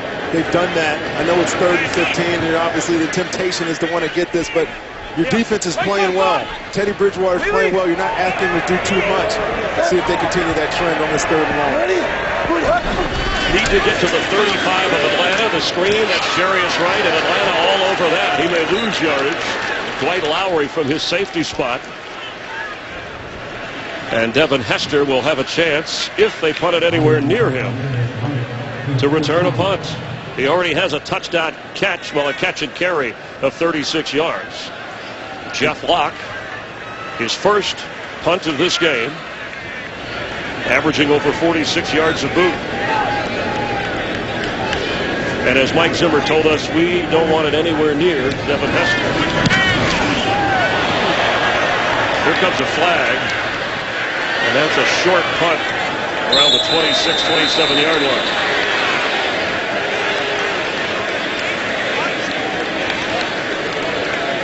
Four penalties called against the Vikings, accepted. 3 accepted against Atlanta. That's a 24-yard punt. It's not what the Vikings had in mind here. That's a little too cautious. But that's what Hester does to people. You hit a mortar punt, you don't even change the field position at all. Holding by the kicking team. Number 22. That 10-yard penalty will be added to the end of the play. It'll be first down, Atlanta. And the option given to Mike Smith, and he'll take it after the 4 punts, so it really turns into just a 14-yard punt or exchange of the football. Great field position for Atlanta, trailing by 6. After the 4 punt from the 37, Steven Jackson in the backfield. Matt Ryan gives it to him. Runs into his own man and goes down. Chris, that was the best this Atlanta Falcons defense has looked all day. You know, they had that couple of big plays there at the beginning of that drive, but when they got past that 50, they buckled down. You just get the feeling, I don't know, maybe it's just me, that in 21-27 right now, that Matt Ryan and his offense are ready to take control. It's been in Minnesota's hands all day. But we got number 2 sitting back there, and that complement of receivers and running backs, you got to think this game's going to get real interesting real soon. 2nd and 10. Ryan deep, and just does overthrow Ronnie White. Josh Robinson running with him stride for stride. He battled a hamstring all week during practice. Real good coverage here. Kind of a delay play. Matt Ryan was actually looking to the other side, but as we've been talking about all day, he bought himself a little bit of time, stepped up in the pocket, and tried to get a big play over this corner there, but just a little bit out of the reach of Ronnie White. 3rd down and 10. Mike Zimmer's defense has been blitzing a lot in these situations. Let's see what he dials up here for 3rd and 10 for the Atlanta Falcons.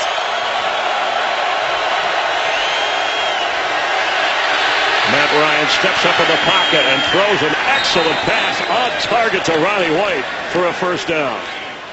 And they dropped right into zone there, Chris. No pressure, just a 4-man rush up front. Matt Ryan buys enough time and gets a good ball off to Roddy White. Xavier Rhodes had a chance to knock that away. We saw Josh Robinson make a similar play on the other side. Good first down for the Falcons. Keep this drive alive. Arthur! Sunday! Let him go! Hand off, Anton Smith turns the corner. Anton Smith! He is going to score for the Falcons. A dash of 48 yards.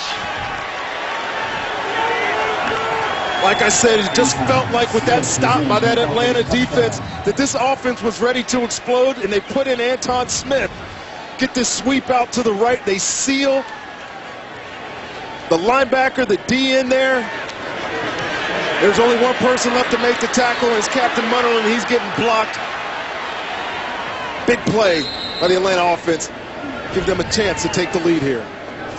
Former Florida State player, a free agent who battled a hamstring during the week, but he looked good on that run. And this extra point will give the Falcons a 1-point lead. You pound away with Steven Jackson, and then Anton Smith dashes 48 yards, and the Falcons lead in Minneapolis. Tonight it's the all-new Sunday Fun Day with the season premieres of The Simpsons, Brooklyn Nine-Nine on its new night, and the once-in-a-lifetime Family Guy / Simpsons Smash-tacular. Sunday Fun Day starts tonight, 8 Eastern, 7 Central on Fox. Anton Smith, he had a 38-yard touchdown run against Tampa Bay, his 3rd touchdown of this season. 2 runs and 1 catch, and that gives the Falcons the lead as they kick off. Matt Bosher. See if Cordero Patterson has a chance on the return, on the bounce, and no. Vikings will come out to the 20-yard line. Teddy Bridgewater, 16 of 24 so far to lead the offense. Let's head down to the field again and Jen. Chris, a tough day for the Falcons O-line. Tackle Lamar Holmes is back in the locker room with a foot injury. He's questionable. Meanwhile, Justin Blaylock had that lower back injury in the first half. Chris, technically he's still listed as questionable, but he's still in the locker room. He did not return to the sidelines after the half, Chris. And Peter Kahns went over to play left guard, Gabe Karimi to right tackle in that last drive for Atlanta, and they did the job springing the touchdown run.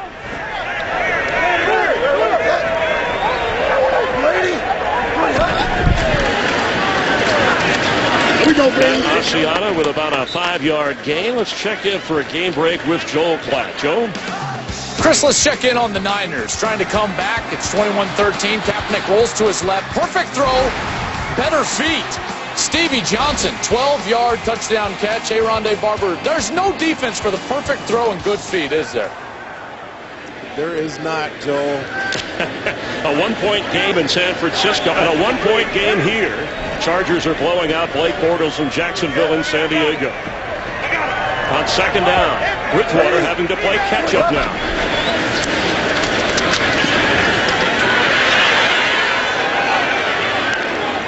Wisely gets rid of it. Nothing was there. Nothing was there. Yeah, you're right, Chris. Corey Peters put a little pressure on late. Had time. We haven't had a sack so far in the game today. That's because Teddy Bridgewater's been able to move around in this pocket, give himself some time. There was nobody there to get that ball in that empty formation, so he just let it out of bounds. Good play by him. There have been a number of moments where this thing tilted, but one in the second half when 3rd and inches, they thought about going on 4th, instead kicked a field goal. And now the Vikings trailing by a point may come back to haunt them here. That one and the one at the half. I think it could come back to be significant at the end of this football game. Timeout. Bridgewater needs it. Minnesota will have 1 remaining. 72 touchdown passes in college at Louisville for Teddy Bridgewater. He's yet to throw a touchdown pass in the NFL. But he's thrown for 251 yards, and he has run for a touchdown. And now it's a different kind of a game. Seems like the Falcons have made some defensive adjustments with the rookie. Well, I think Norv Turner, this offense has been really simple for Teddy. He started out quick throws, get the ball out of his hand, get it to his playmakers. He was able to move the ball up and down the field with a lot of efficiency. But so far in the second half, this Atlanta defense has needed to step up. They have stepped up. They got to stop there. And Matt Ryan and that offense, specifically that running game, got them right back into this football game and got a 1-point lead as you're sitting here now and putting the ball in Teddy Bridgewater's hands to see if they can get this game back in their favor. Roger. Needs to get to the 30 for a first down. On 3rd down. Time going deep and wide open. And he overthrew Jarius Wright, who was running alone down the sideline. Teddy had options there. He could have stepped up and ran that football too. It's hard to believe how Jarius Wright, who's having the game that he's having, gets this wide open You see him over there on Robert Alford. He gives him that stutter move. And he was running free if that ball is just a yard or two less thrown. But as it is, a long incompletion off the fourth down. Jeff Locke was rattled the last time, trying to keep it away from Hester. Looking into the sun. It bounces inside the 50. Hester has it. And there's room on the sideline if he turns the corner. Run out of bounds. An excellent play over there. He might have been able to pick up more yardage. Jabari Price from the Vikings special teams lay it out to keep Hester from getting more. Big punt there by Jeff Locke. Changed the field position, but when you got a guy like Devin Hester, you know, I heard Brandon Marshall, his ex-teammate, say, when you're good with the ball, you're good with the ball. So get him the football, and there was no chance that he wasn't going to try to field that, and he almost was one tackle away from going the distance again. A touchdown catch in this game. Meanwhile, Matt Ryan has been patient. He's been sharp. Has not turned it over. Has 3 touchdown passes. Devontae Freeman is the running back, the rookie from Florida State. Ryan fakes and fires for Julio Jones. Incomplete. Xavier Rhodes running back there. Blanton showed up late too. Really good play there by Xavier Rhodes. Matt Ryan gives the play fake. Julio Jones ran it out and it up, but Xavier Rhodes was all over that and doesn't interfere with them. Is calm and patient when the ball is in the air, knocks it out of the grips of Julio Jones. That is a heck of a play. Jones with 5 catches for 70 yards, but has been kept out of the end zone in this game.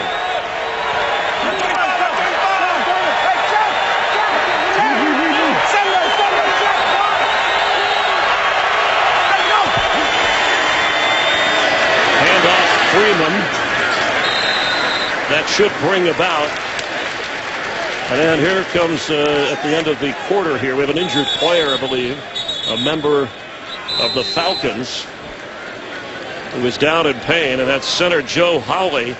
We've already seen Justin Blaylock and Lamar Holmes on that offensive line, have the lead. Yeah, they might need Mike Tice to come put a uniform on.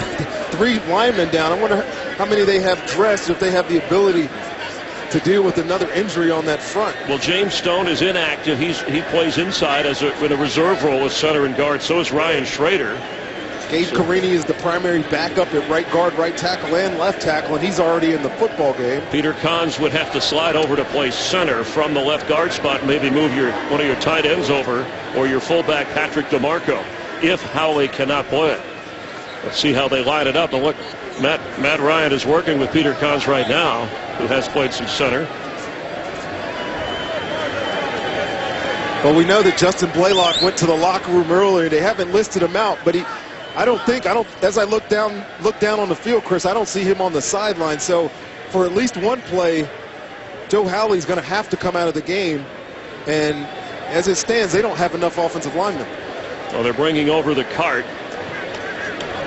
We can only speculate until they set up Kahns at center. And then if they move Bear Pasco, the backup tight end, to Toilolo, or Patrick DeMarco from his fullback spot. It certainly will be challenging for Matt Ryan in this offense.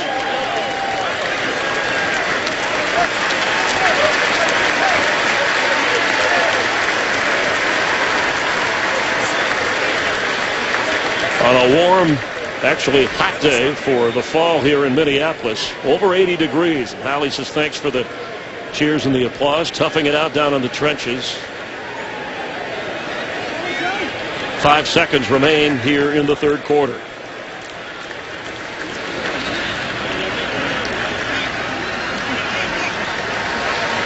Vikings had a 10-point lead and stretched that to start the third quarter, and this is the offensive line that Matt Ryan will have to work with unless Holmes or Blaylock can come back out of the locker room. And that is the end of the third quarter.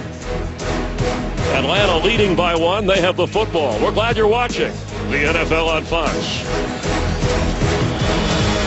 Mike Tice working with the offensive line reserves. Yeah, he's overtime now. The Atlanta Falcons only have 9 offensive linemen on the roster. 2 of them were down for the game, so that leaves 7, and 3 of them are hurt right now. So that leaves tight end Levine Toilolo. You see him right there playing right tackle in this offense now. Peter Kahn's the center. Gabe Karimi the left guard on an important 3rd and 5. Freeman the back. Ryan to throw. And wide open, and he missed it. Pass fell short for Julio Jones. Looked like Matt Ryan threw that a little bit early. He did throw it a little bit early, and Julio Jones had Xavier Rhodes on the ground. But, hey, give credit there to your backup or your emergency. We don't talk much about emergency tackles, but your emergency tackle there, Levine Toilolo, kept that pocket pretty clean right there. Marcus Sherrill's back to receive the punt of Matt Bosher, standing at the 15.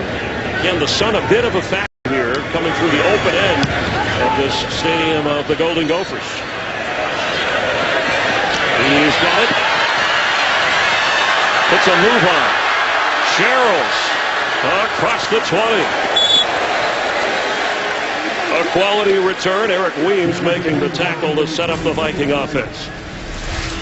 Week 4 continues with Sunday Night Football tonight, 8:30 Eastern on NBC. And tune in tomorrow for Monday Night Football on ESPN. Teddy Bridgewater, his first NFL start, the rushing touchdown. Ball has been sprayed around the running game. Jerick McKinnon, the rookie runner, 98 yards rushing,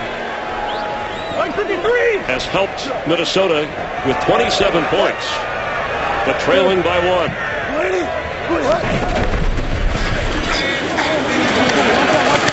Matt Asiata. In college, I know it's a different game, but Bridgewater at Louisville led numerous comebacks. 6 career game-winning drives for U of L. Looks like we have another injured player. Kamal Ishmael already thin. He was in for William Moore, who has been ruled out of this game with an injury. We will have more from Minnesota in just a moment. Let me feel it. Hang on. Today's game on Fox is sponsored by Sprint. By Universal Pictures' Dracula Untold in theaters and IMAX October 10th. And by the agile, all-new Audi Q3. Stray the course. With Rondé Barber and Jen Hale, Chris Myers as Desmond Southward replaces the injured Ishmael in the secondary. Bridgewater to throw. Wide open is Greg Jennings. There's a flag down in the middle of the field. He gets to the 45 of the Falcons.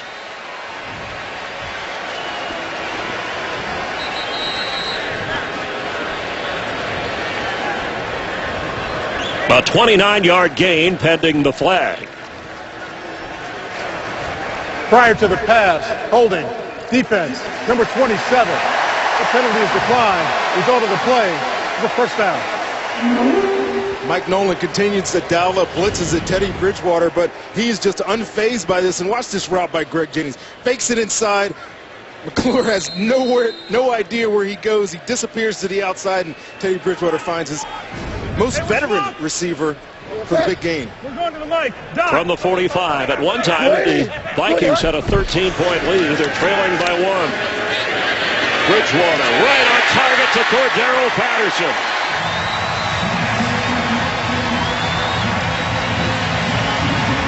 Yeah, we keep talking about how good and how composed Teddy Bridgewater is, but look at him in this pocket. This is about as perfect as you get. There's no penetration, nobody pressuring the throw, and he finds his receiver running wide open through the middle of the field. Teddy Bridgewater's having a day, but all the credit so far has got to go to that offensive line. He is over 300 yards passing at his first NFL start. Ishmael back in at safety for Atlanta. Bridgewater to throw again, end zone, and incomplete. Jennings running. 18 out of 29 for Bridgewater, and that touchdown run. Remember, there was a missed field goal by Blair Walsh, or this score would be different. Already in field goal range at the 23 of Atlanta.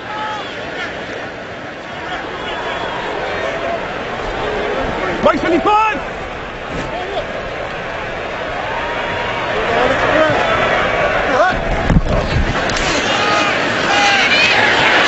After the fake inside the 10. A tough grab, but Jarius Wright reached back and held on to it. I'm asking myself right now, because I haven't seen him on film so far this year.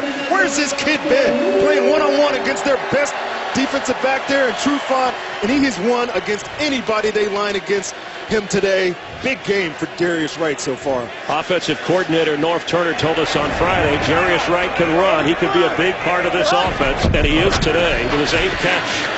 Matt Asiata carries. Down inside the 5-yard line. It'll be 2nd down, goal to go Vikings. There's North Turner. Remember his son Scott Turner, a quarterback coach who works with Bridgewater and transfers the plays that North calls. Scott Turner has been instrumental, I think, in where Teddy Bridgewater is going into this game. Matt Castle, as you remember, was the starter. But he was getting all the starter reps. But Scott Turner spent all his free time with Teddy Bridgewater, getting ready for this moment, and he has shown so far today. 3 wide receivers. Matt Asiata carries into the crowd. Cordero Patterson had joked this week and said he has 2 catches today. He said, I'd like to be the guy to catch that first touchdown pass in the NFL for Bridgewater. We're all impressed, as looks like Phil Lodeholt is limping, but he stays for the moment. Not enough to stay in. Heading over to the sideline. On 3rd and goal, Mike Harris comes in for Lodeholt at tackle. Late substitution here on defense. McKinnon the back. Bridgewater has the football. Stopped short of the goal line. It's going to be 4th down. Decision time for Mike Zimmer. He knows that he's given away a couple of opportunities in the red zone already today. One wasn't his fault with the time running out, the time runoff at the end of the second half. He had a 4th and 1 earlier in this half that he decided not to go to. But right now, Mike Zimmer's going to pull the trigger. He's leaving his offense on the field, and they're going to take it opportunity to get this touchdown on 4th and 1. Extra lineman Joe Berger comes in. North Turner dialing up something with a quarterback who has mobility. He's shown that already. Play clock running down. Vikings have only 1 timeout.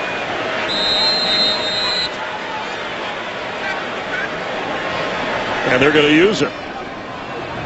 They got to think. Saw North Turner there in the booth. I'm sure he's got a direct line right now to Mike Zimmer, and he's got to be thinking, do we want to take the points and get the lead here, but only leave us with a 2-point advantage? Or we score a touchdown and really emphasize or really take control of this game a little bit more, make Matt Ryan have to drive down and score a touchdown. I know there's 10.5 minutes left in this game, but this is a big decision for the Minnesota sideline right now. It looked like Bridgewater was a little bit shaken up on that previous play. They wanted to make sure he was okay. You see him turn his ankle a little bit there when he went to make that cut. The other part of it is Mike Zimmer knows how well his defense is playing, even though Matt Ryan and this Atlanta offense can score. So even if you don't get in, you've got him backed up. 4th and goal for the Vikings. Matt Asiata the back. With the fullback Felton. Touchdown, Minnesota! Matt Asiata once again.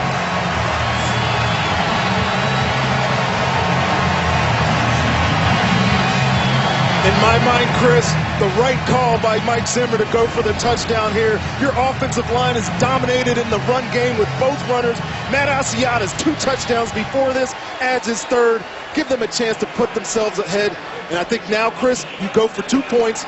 Make sure it's a 7-point lead. If you convert either way, a touchdown would have beat you. So let's go for it here. Chance to make this even. It's nice that you carry that conversion chart with you wherever we go. And what a gutsy call. First-year head coach Mike Zimmer, who has had to deal with a lot away from the field. But he's a football guy. And going for it on 4th with his rookie quarterback here in the 4th quarter. Trying to make it a 6-point game, make it 7 if they get the conversion.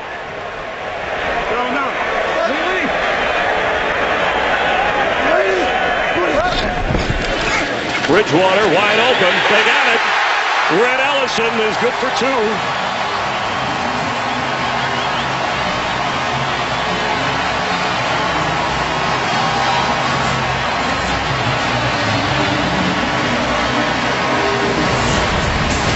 Minnesota playing man-to-man, get the 2-point conversion, get that 7-point lead. And on a 4th down gamble, number 44, Matt Asiata with a touchdown.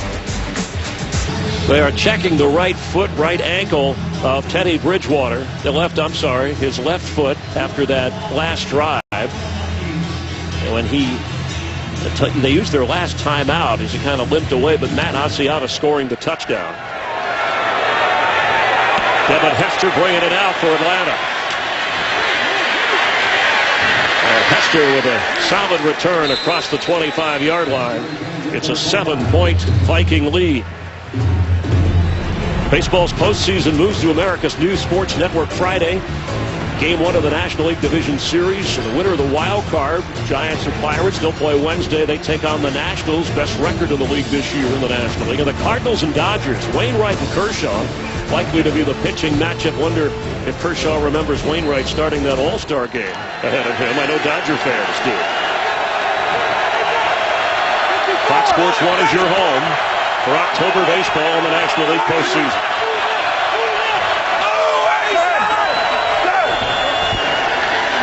Shovel pass, Jaquiz Rogers up to the 38-39-yard line of Atlanta.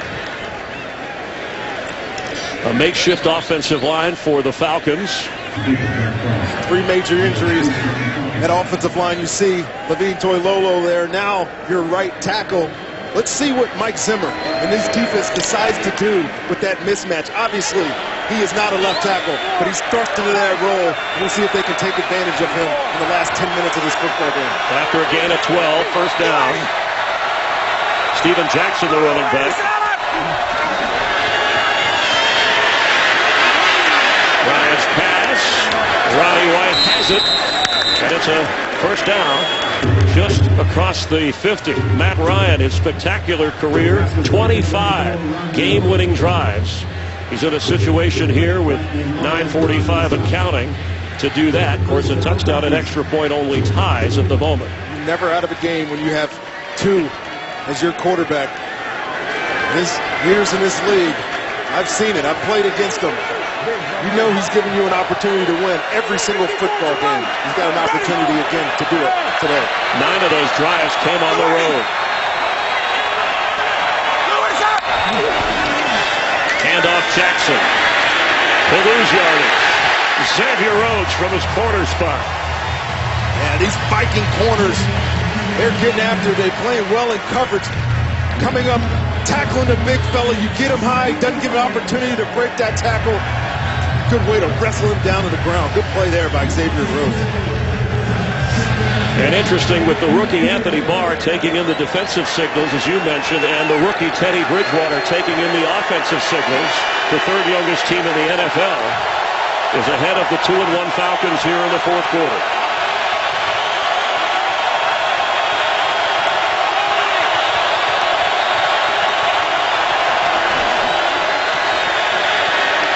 Matt Ryan with time.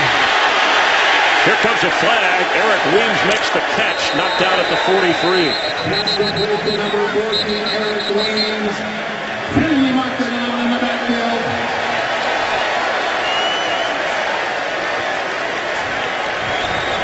Holding, offense, number 70. A 10-yard penalty. Replay second down. That's on the rookie first-round draft pick Jake Matthews as Tom Johnson was coming in. There's Toilolo. I don't get what the Vikings are doing here. I asked if they should take advantage of him having to play tackle. Why not rush him on the edge? Make him move his feet. Make him do things, unconventional things that tackles have to do. Cannot have practiced it. Mike Zimmer and that defense should be heating them up there on that left side of that defense, and they haven't done it yet in 3 plays. 2nd and 22. Remember, they had a 3rd and 20 in the first half. Matt Ryan converted that, and it wound up being a touchdown drive. Quick pass, midfield. It'll be 3rd down. Hester knocked down right at the 50. I'll tell you what, Devin Hester. You get the ball in his hands. Looks like every time it's coming his way that he has a chance to break it. He's, 31 years old. He told us he's not as fast as he used to be. He ran a 4.2 coming out. Well, he probably slowed down to about a 4.3, as he said, and I believe it. His feet are quick. He's a playmaker when the ball is in his hands. He almost looked like if he'd have broke that tackle, it would have been another huge play for them. 3rd and 12 from midfield. Vikings got double mugs. All linebackers up there in the line of scrimmage. Matt Ryan under pressure. He is going to go down. Anthony Barr.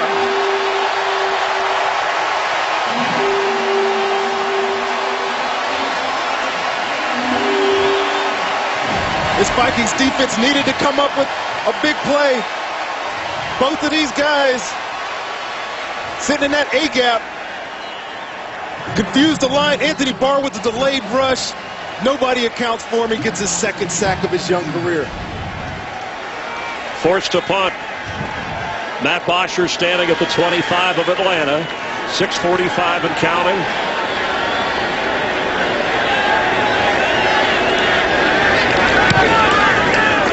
Marcus Sherrill's waving everybody off and coming up for it at the 20. Sherrill's down the sideline. And the punter Bosher kept him from going further.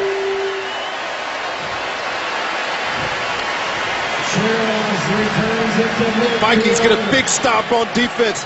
Punted away to Sherrills. They change field position almost to midfield. Big play. And Bridgewater being helped and not looking comfortable. We will have more from Minneapolis. The Vikings lead Atlanta by 7. Christian Ponder in and hands off to Jerick McKinnon, who breaks loose.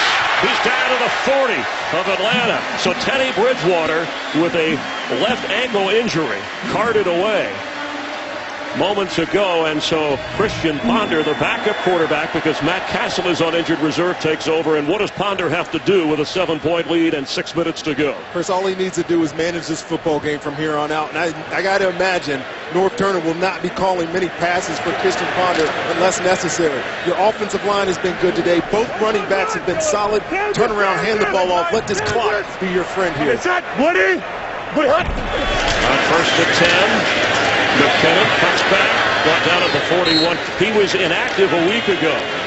And the backup quarterback now in, Christian Ponder. Let's check in on the injury to Bridgewater and Jennifer Hale. Well, Chris, Teddy is back in the locker room right now undergoing x-rays on that ankle to determine exactly what the extent of this injury is. I did try to speak with him as he was heading back into the locker room, and he gave me a big smile and 2 thumbs up. So we'll see what that means as this game clicks down, Chris. Rondé, here's the play. We'll spot shadow the ankle, that left ankle. Yeah, you see it turned out there. Sometimes when you get in that angle, your foot's out, you get that what they call a high ankle sprain. It's a little bit higher up the ankle. It looked like what it may be. McKinnon again on 2nd down, and the rookie from Georgia Southern, 112 yards rushing today. The emergency quarterback, just in case something happens to Ponder, is Jarius Wright, who has been a star receiver today, leading everybody with 8 catches and 132 yards. You know what? If they get to emergency quarterback, they better put Marquise Gray in there and let Jarius Wright continue to catch footballs.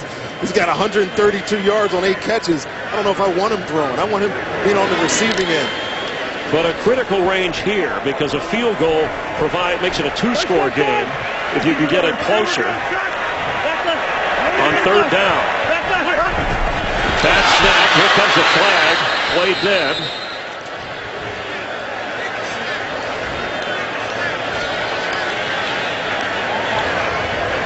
Illegal snap by the center.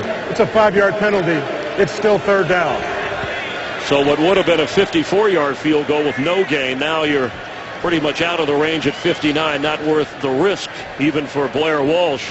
And for Christian Ponder, he, remember, now in his 4th year, 12th overall pick in 2011, had 9 starts last year. But the Vikings wanted to go in a different direction at quarterback. And I don't think Mike Zimmer gave up on this kid, though. I think they know they have some talent in him. They're going to need him. Here you go, 4th game of the season. You got him. 3rd and 11. McKinnon carries. Ishmael, once he got inside the 39 of Atlanta, shoved him back. So it'll be 4th down, and they're considering, here comes Blair Walsh. He has made a 56-yarder. That's his career long.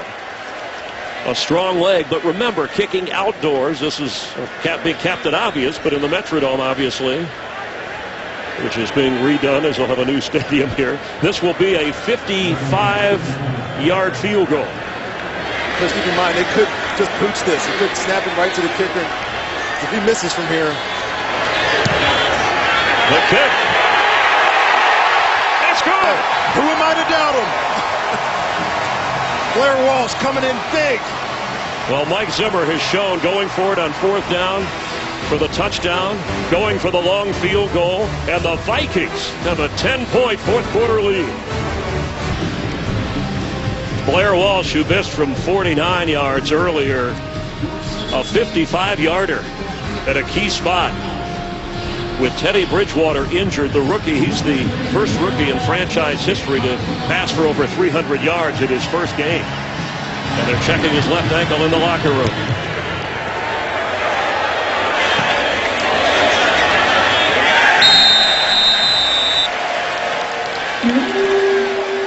Matt Ryan will lead the offense from the 20-yard line.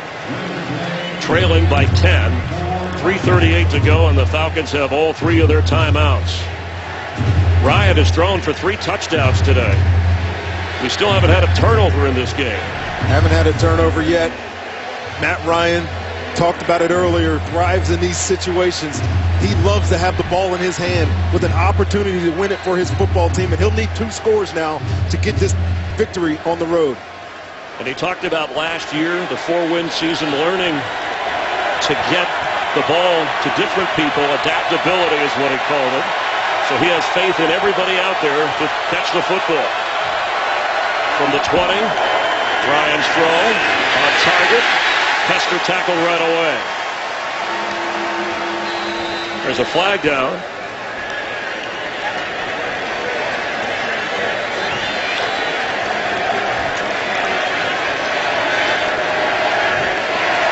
Teddy Bridgewater coming back out from the locker room on the Vikings sideline.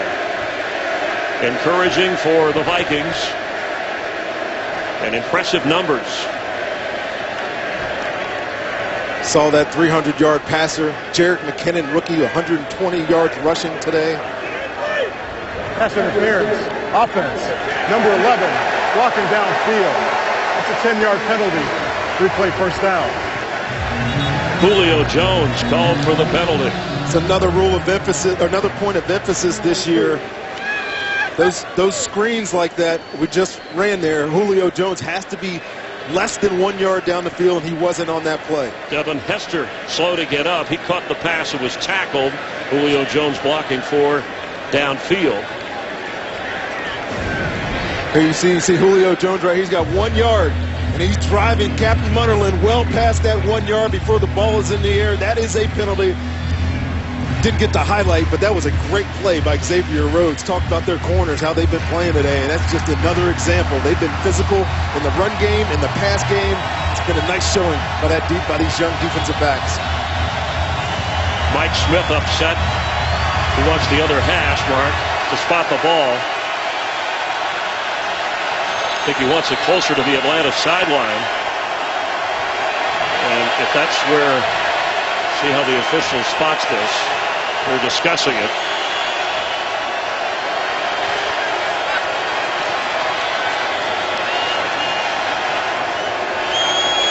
Julio Jones, 5 catches today, but none in the end zone.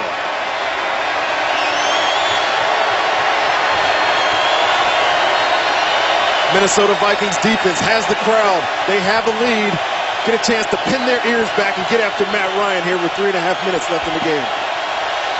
From the 10-yard line, Ryan open, intercepted. Harrison Smith, he stayed in bounds. He came slicing in on the throw. We talked about Matt Ryan not being able to win on the road. Talked about it earlier. He leads the league since last year in interceptions on the road. This is number 18, and he just simply tries to force this ball into Roddy White playing cover 2. Harrison Smith was so wide on those numbers. This was like practice for him, just running over there, get in front of this receiver, and get a huge interception to stop that drive before it ever even got started. As good as Matt Ryan has been, his road record in his career, 24 wins, 25 losses coming into this game. He's been outstanding at home. But with a makeshift offensive line and an offense led by Teddy Bridgewater, he had to play catch-up here in the 4th. McKinnon, the carry. His 14th of the day. Atlanta will use a timeout. They'll have 2 remaining. And the Falcons, if they can quickly keep the Vikings to a field goal, you're still 2 touchdowns away. Exactly. If they can hold them to a field goal attempt, maybe get a block, maybe a miss, give them the field position again. Either way, I don't think Minnesota is going to do anything risky with the ball. This is the time. Jerick McKinnon, Matt Asiata, turn around, take these tough yards, but most importantly, dig into that clock. 3:19 left. It is certainly your friend. Mike Smith said, we do not survive turnovers, especially on the road. You can talk about turnovers. That was the first one of the game, and yes, it's crucial. But it's this man, Teddy Bridgewater, the day he had, the day his offensive line had, the day the running backs have, that is getting these Vikings ahead right now. Jerick McKinnon waiting for blockers is brought down. Paul Warlow making the tackle. McKinnon excited. He's from Marietta, Georgia, and played his college football at Georgia Southern, so I'm sure friends and family watching back there saying, way to go, Jerick.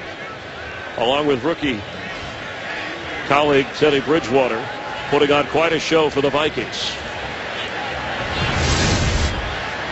Matt Castle was injured last week on the road in New Orleans. Bridgewater came on in relief, got his first NFL start today. Ran for a score, threw for over 300 yards. A left ankle injury knocked him out. Christian Ponder has come on to try and seal it for the Vikings. Got to go back to that big call by Mike Zimmer. That Blair Walsh 55-yard field goal attempt, and he nailed it. If they would have missed that, Matt Ryan would have had the ball on the minus 45 with a chance to get even in this football game. Huge call, huge kick by Blair Walsh. McKinnon again, weaving his way inside the 20. He's averaging over 8 yards a carry. This Atlanta defensive line made an effort in the offseason to get bigger. We talked to Brian Cox. But so far today, they have been simply manhandled by this front of these Minnesota Vikings. This was a team that wasn't doing anything in the running game after Adrian Peterson was suspended. And there's Brian Cox talking to his guys, rallying his guys. But it might be a little bit too late, because this offense has found its groove in the running game today. It's been a game of hard knocks for the Falcons.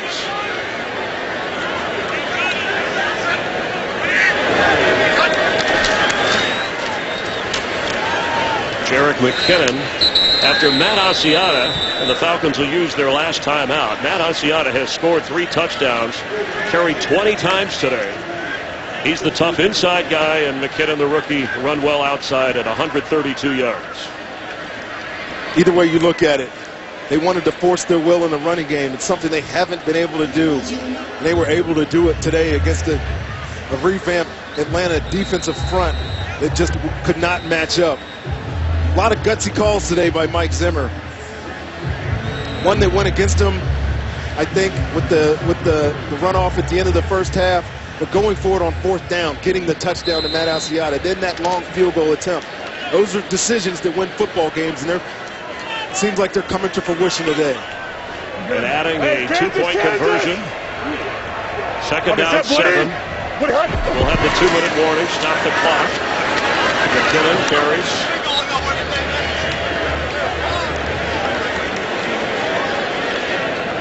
And since Atlanta has no timeouts, this will take us to the 2-minute warning. And the Vikings will be facing a 3rd down with a 10-point lead. And time running out for Atlanta on the road. Here in Minneapolis, they've been smiling in the sunshine, the team in purple. We have 2 minutes remaining. The Vikings were hoping he could be the face of the franchise and at his first NFL start. He's given every indication he's capable. Matt Ryan has done what he can do for Atlanta as Ponder keeps on 3rd down, and at the 15 it'll bring up a 4th down. So the field goal unit coming out to make it a 13-point game if Walsh can be good on this kick. I think this is a smart decision here, Chris. Obviously you could run another play, try to eat as much clock as you can, but that would give the Falcons, if this is a converted field goal, the chance to, or if they didn't go for it, they'd give the Falcons a chance to go down, score a touchdown, get the ball back, and then have a field goal to tie. You put it somewhat more out of reach here if you convert and make this lead 13 points. 33-yard try. And he made from 55 and now from 33. And the Vikings, 41 points. Matt Ryan will need 2 touchdowns if at all possible to rally this Falcon team. No timeouts and 1:14 to go.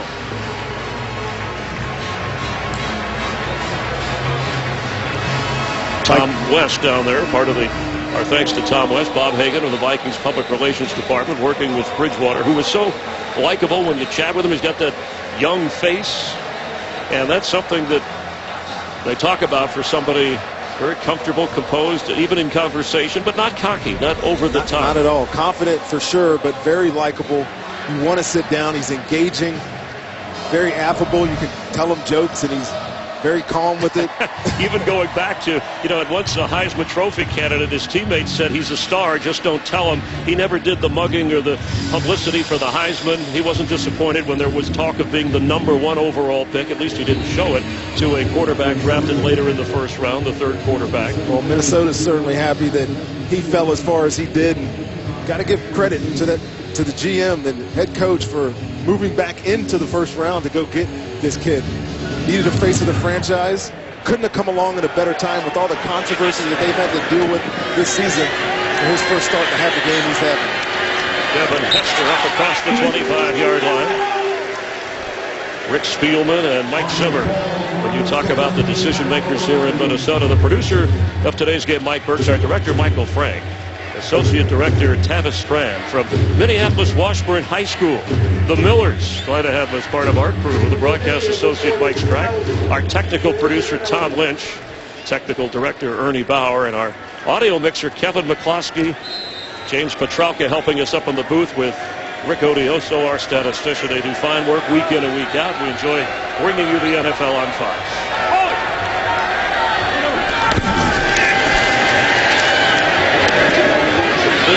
Across the 36-yard line, Julio Jones has a 1st down. Let's get an update again on Teddy Bridgewater with Jennifer Hale. Well, Chris, most people saw it as a very good sign. Teddy Bridgewater came back out of the locker room. His ankle is just sprained. Those x-rays were negative, Chris. Oh, well, that's encouraging if it's just a sprain. But they have a short week, remember. Pass complete. Devin Hester out of the 45. Remember, the Vikings have to play Thursday at Green Bay. Green Bay coming off an annihilating win at Chicago, 38-17 today. Will be another big test for this Vikings offense. Clock running, no timeouts. Atlanta, 20 seconds. Ryan underneath. Jaquiz Rogers need to spike it here. Big win today by Minnesota.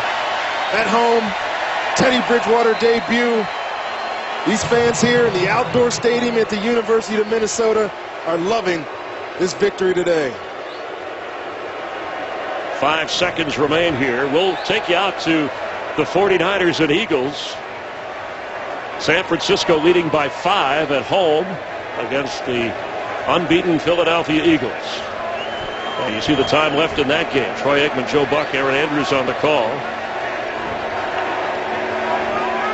They have 3 safeties in the end zone.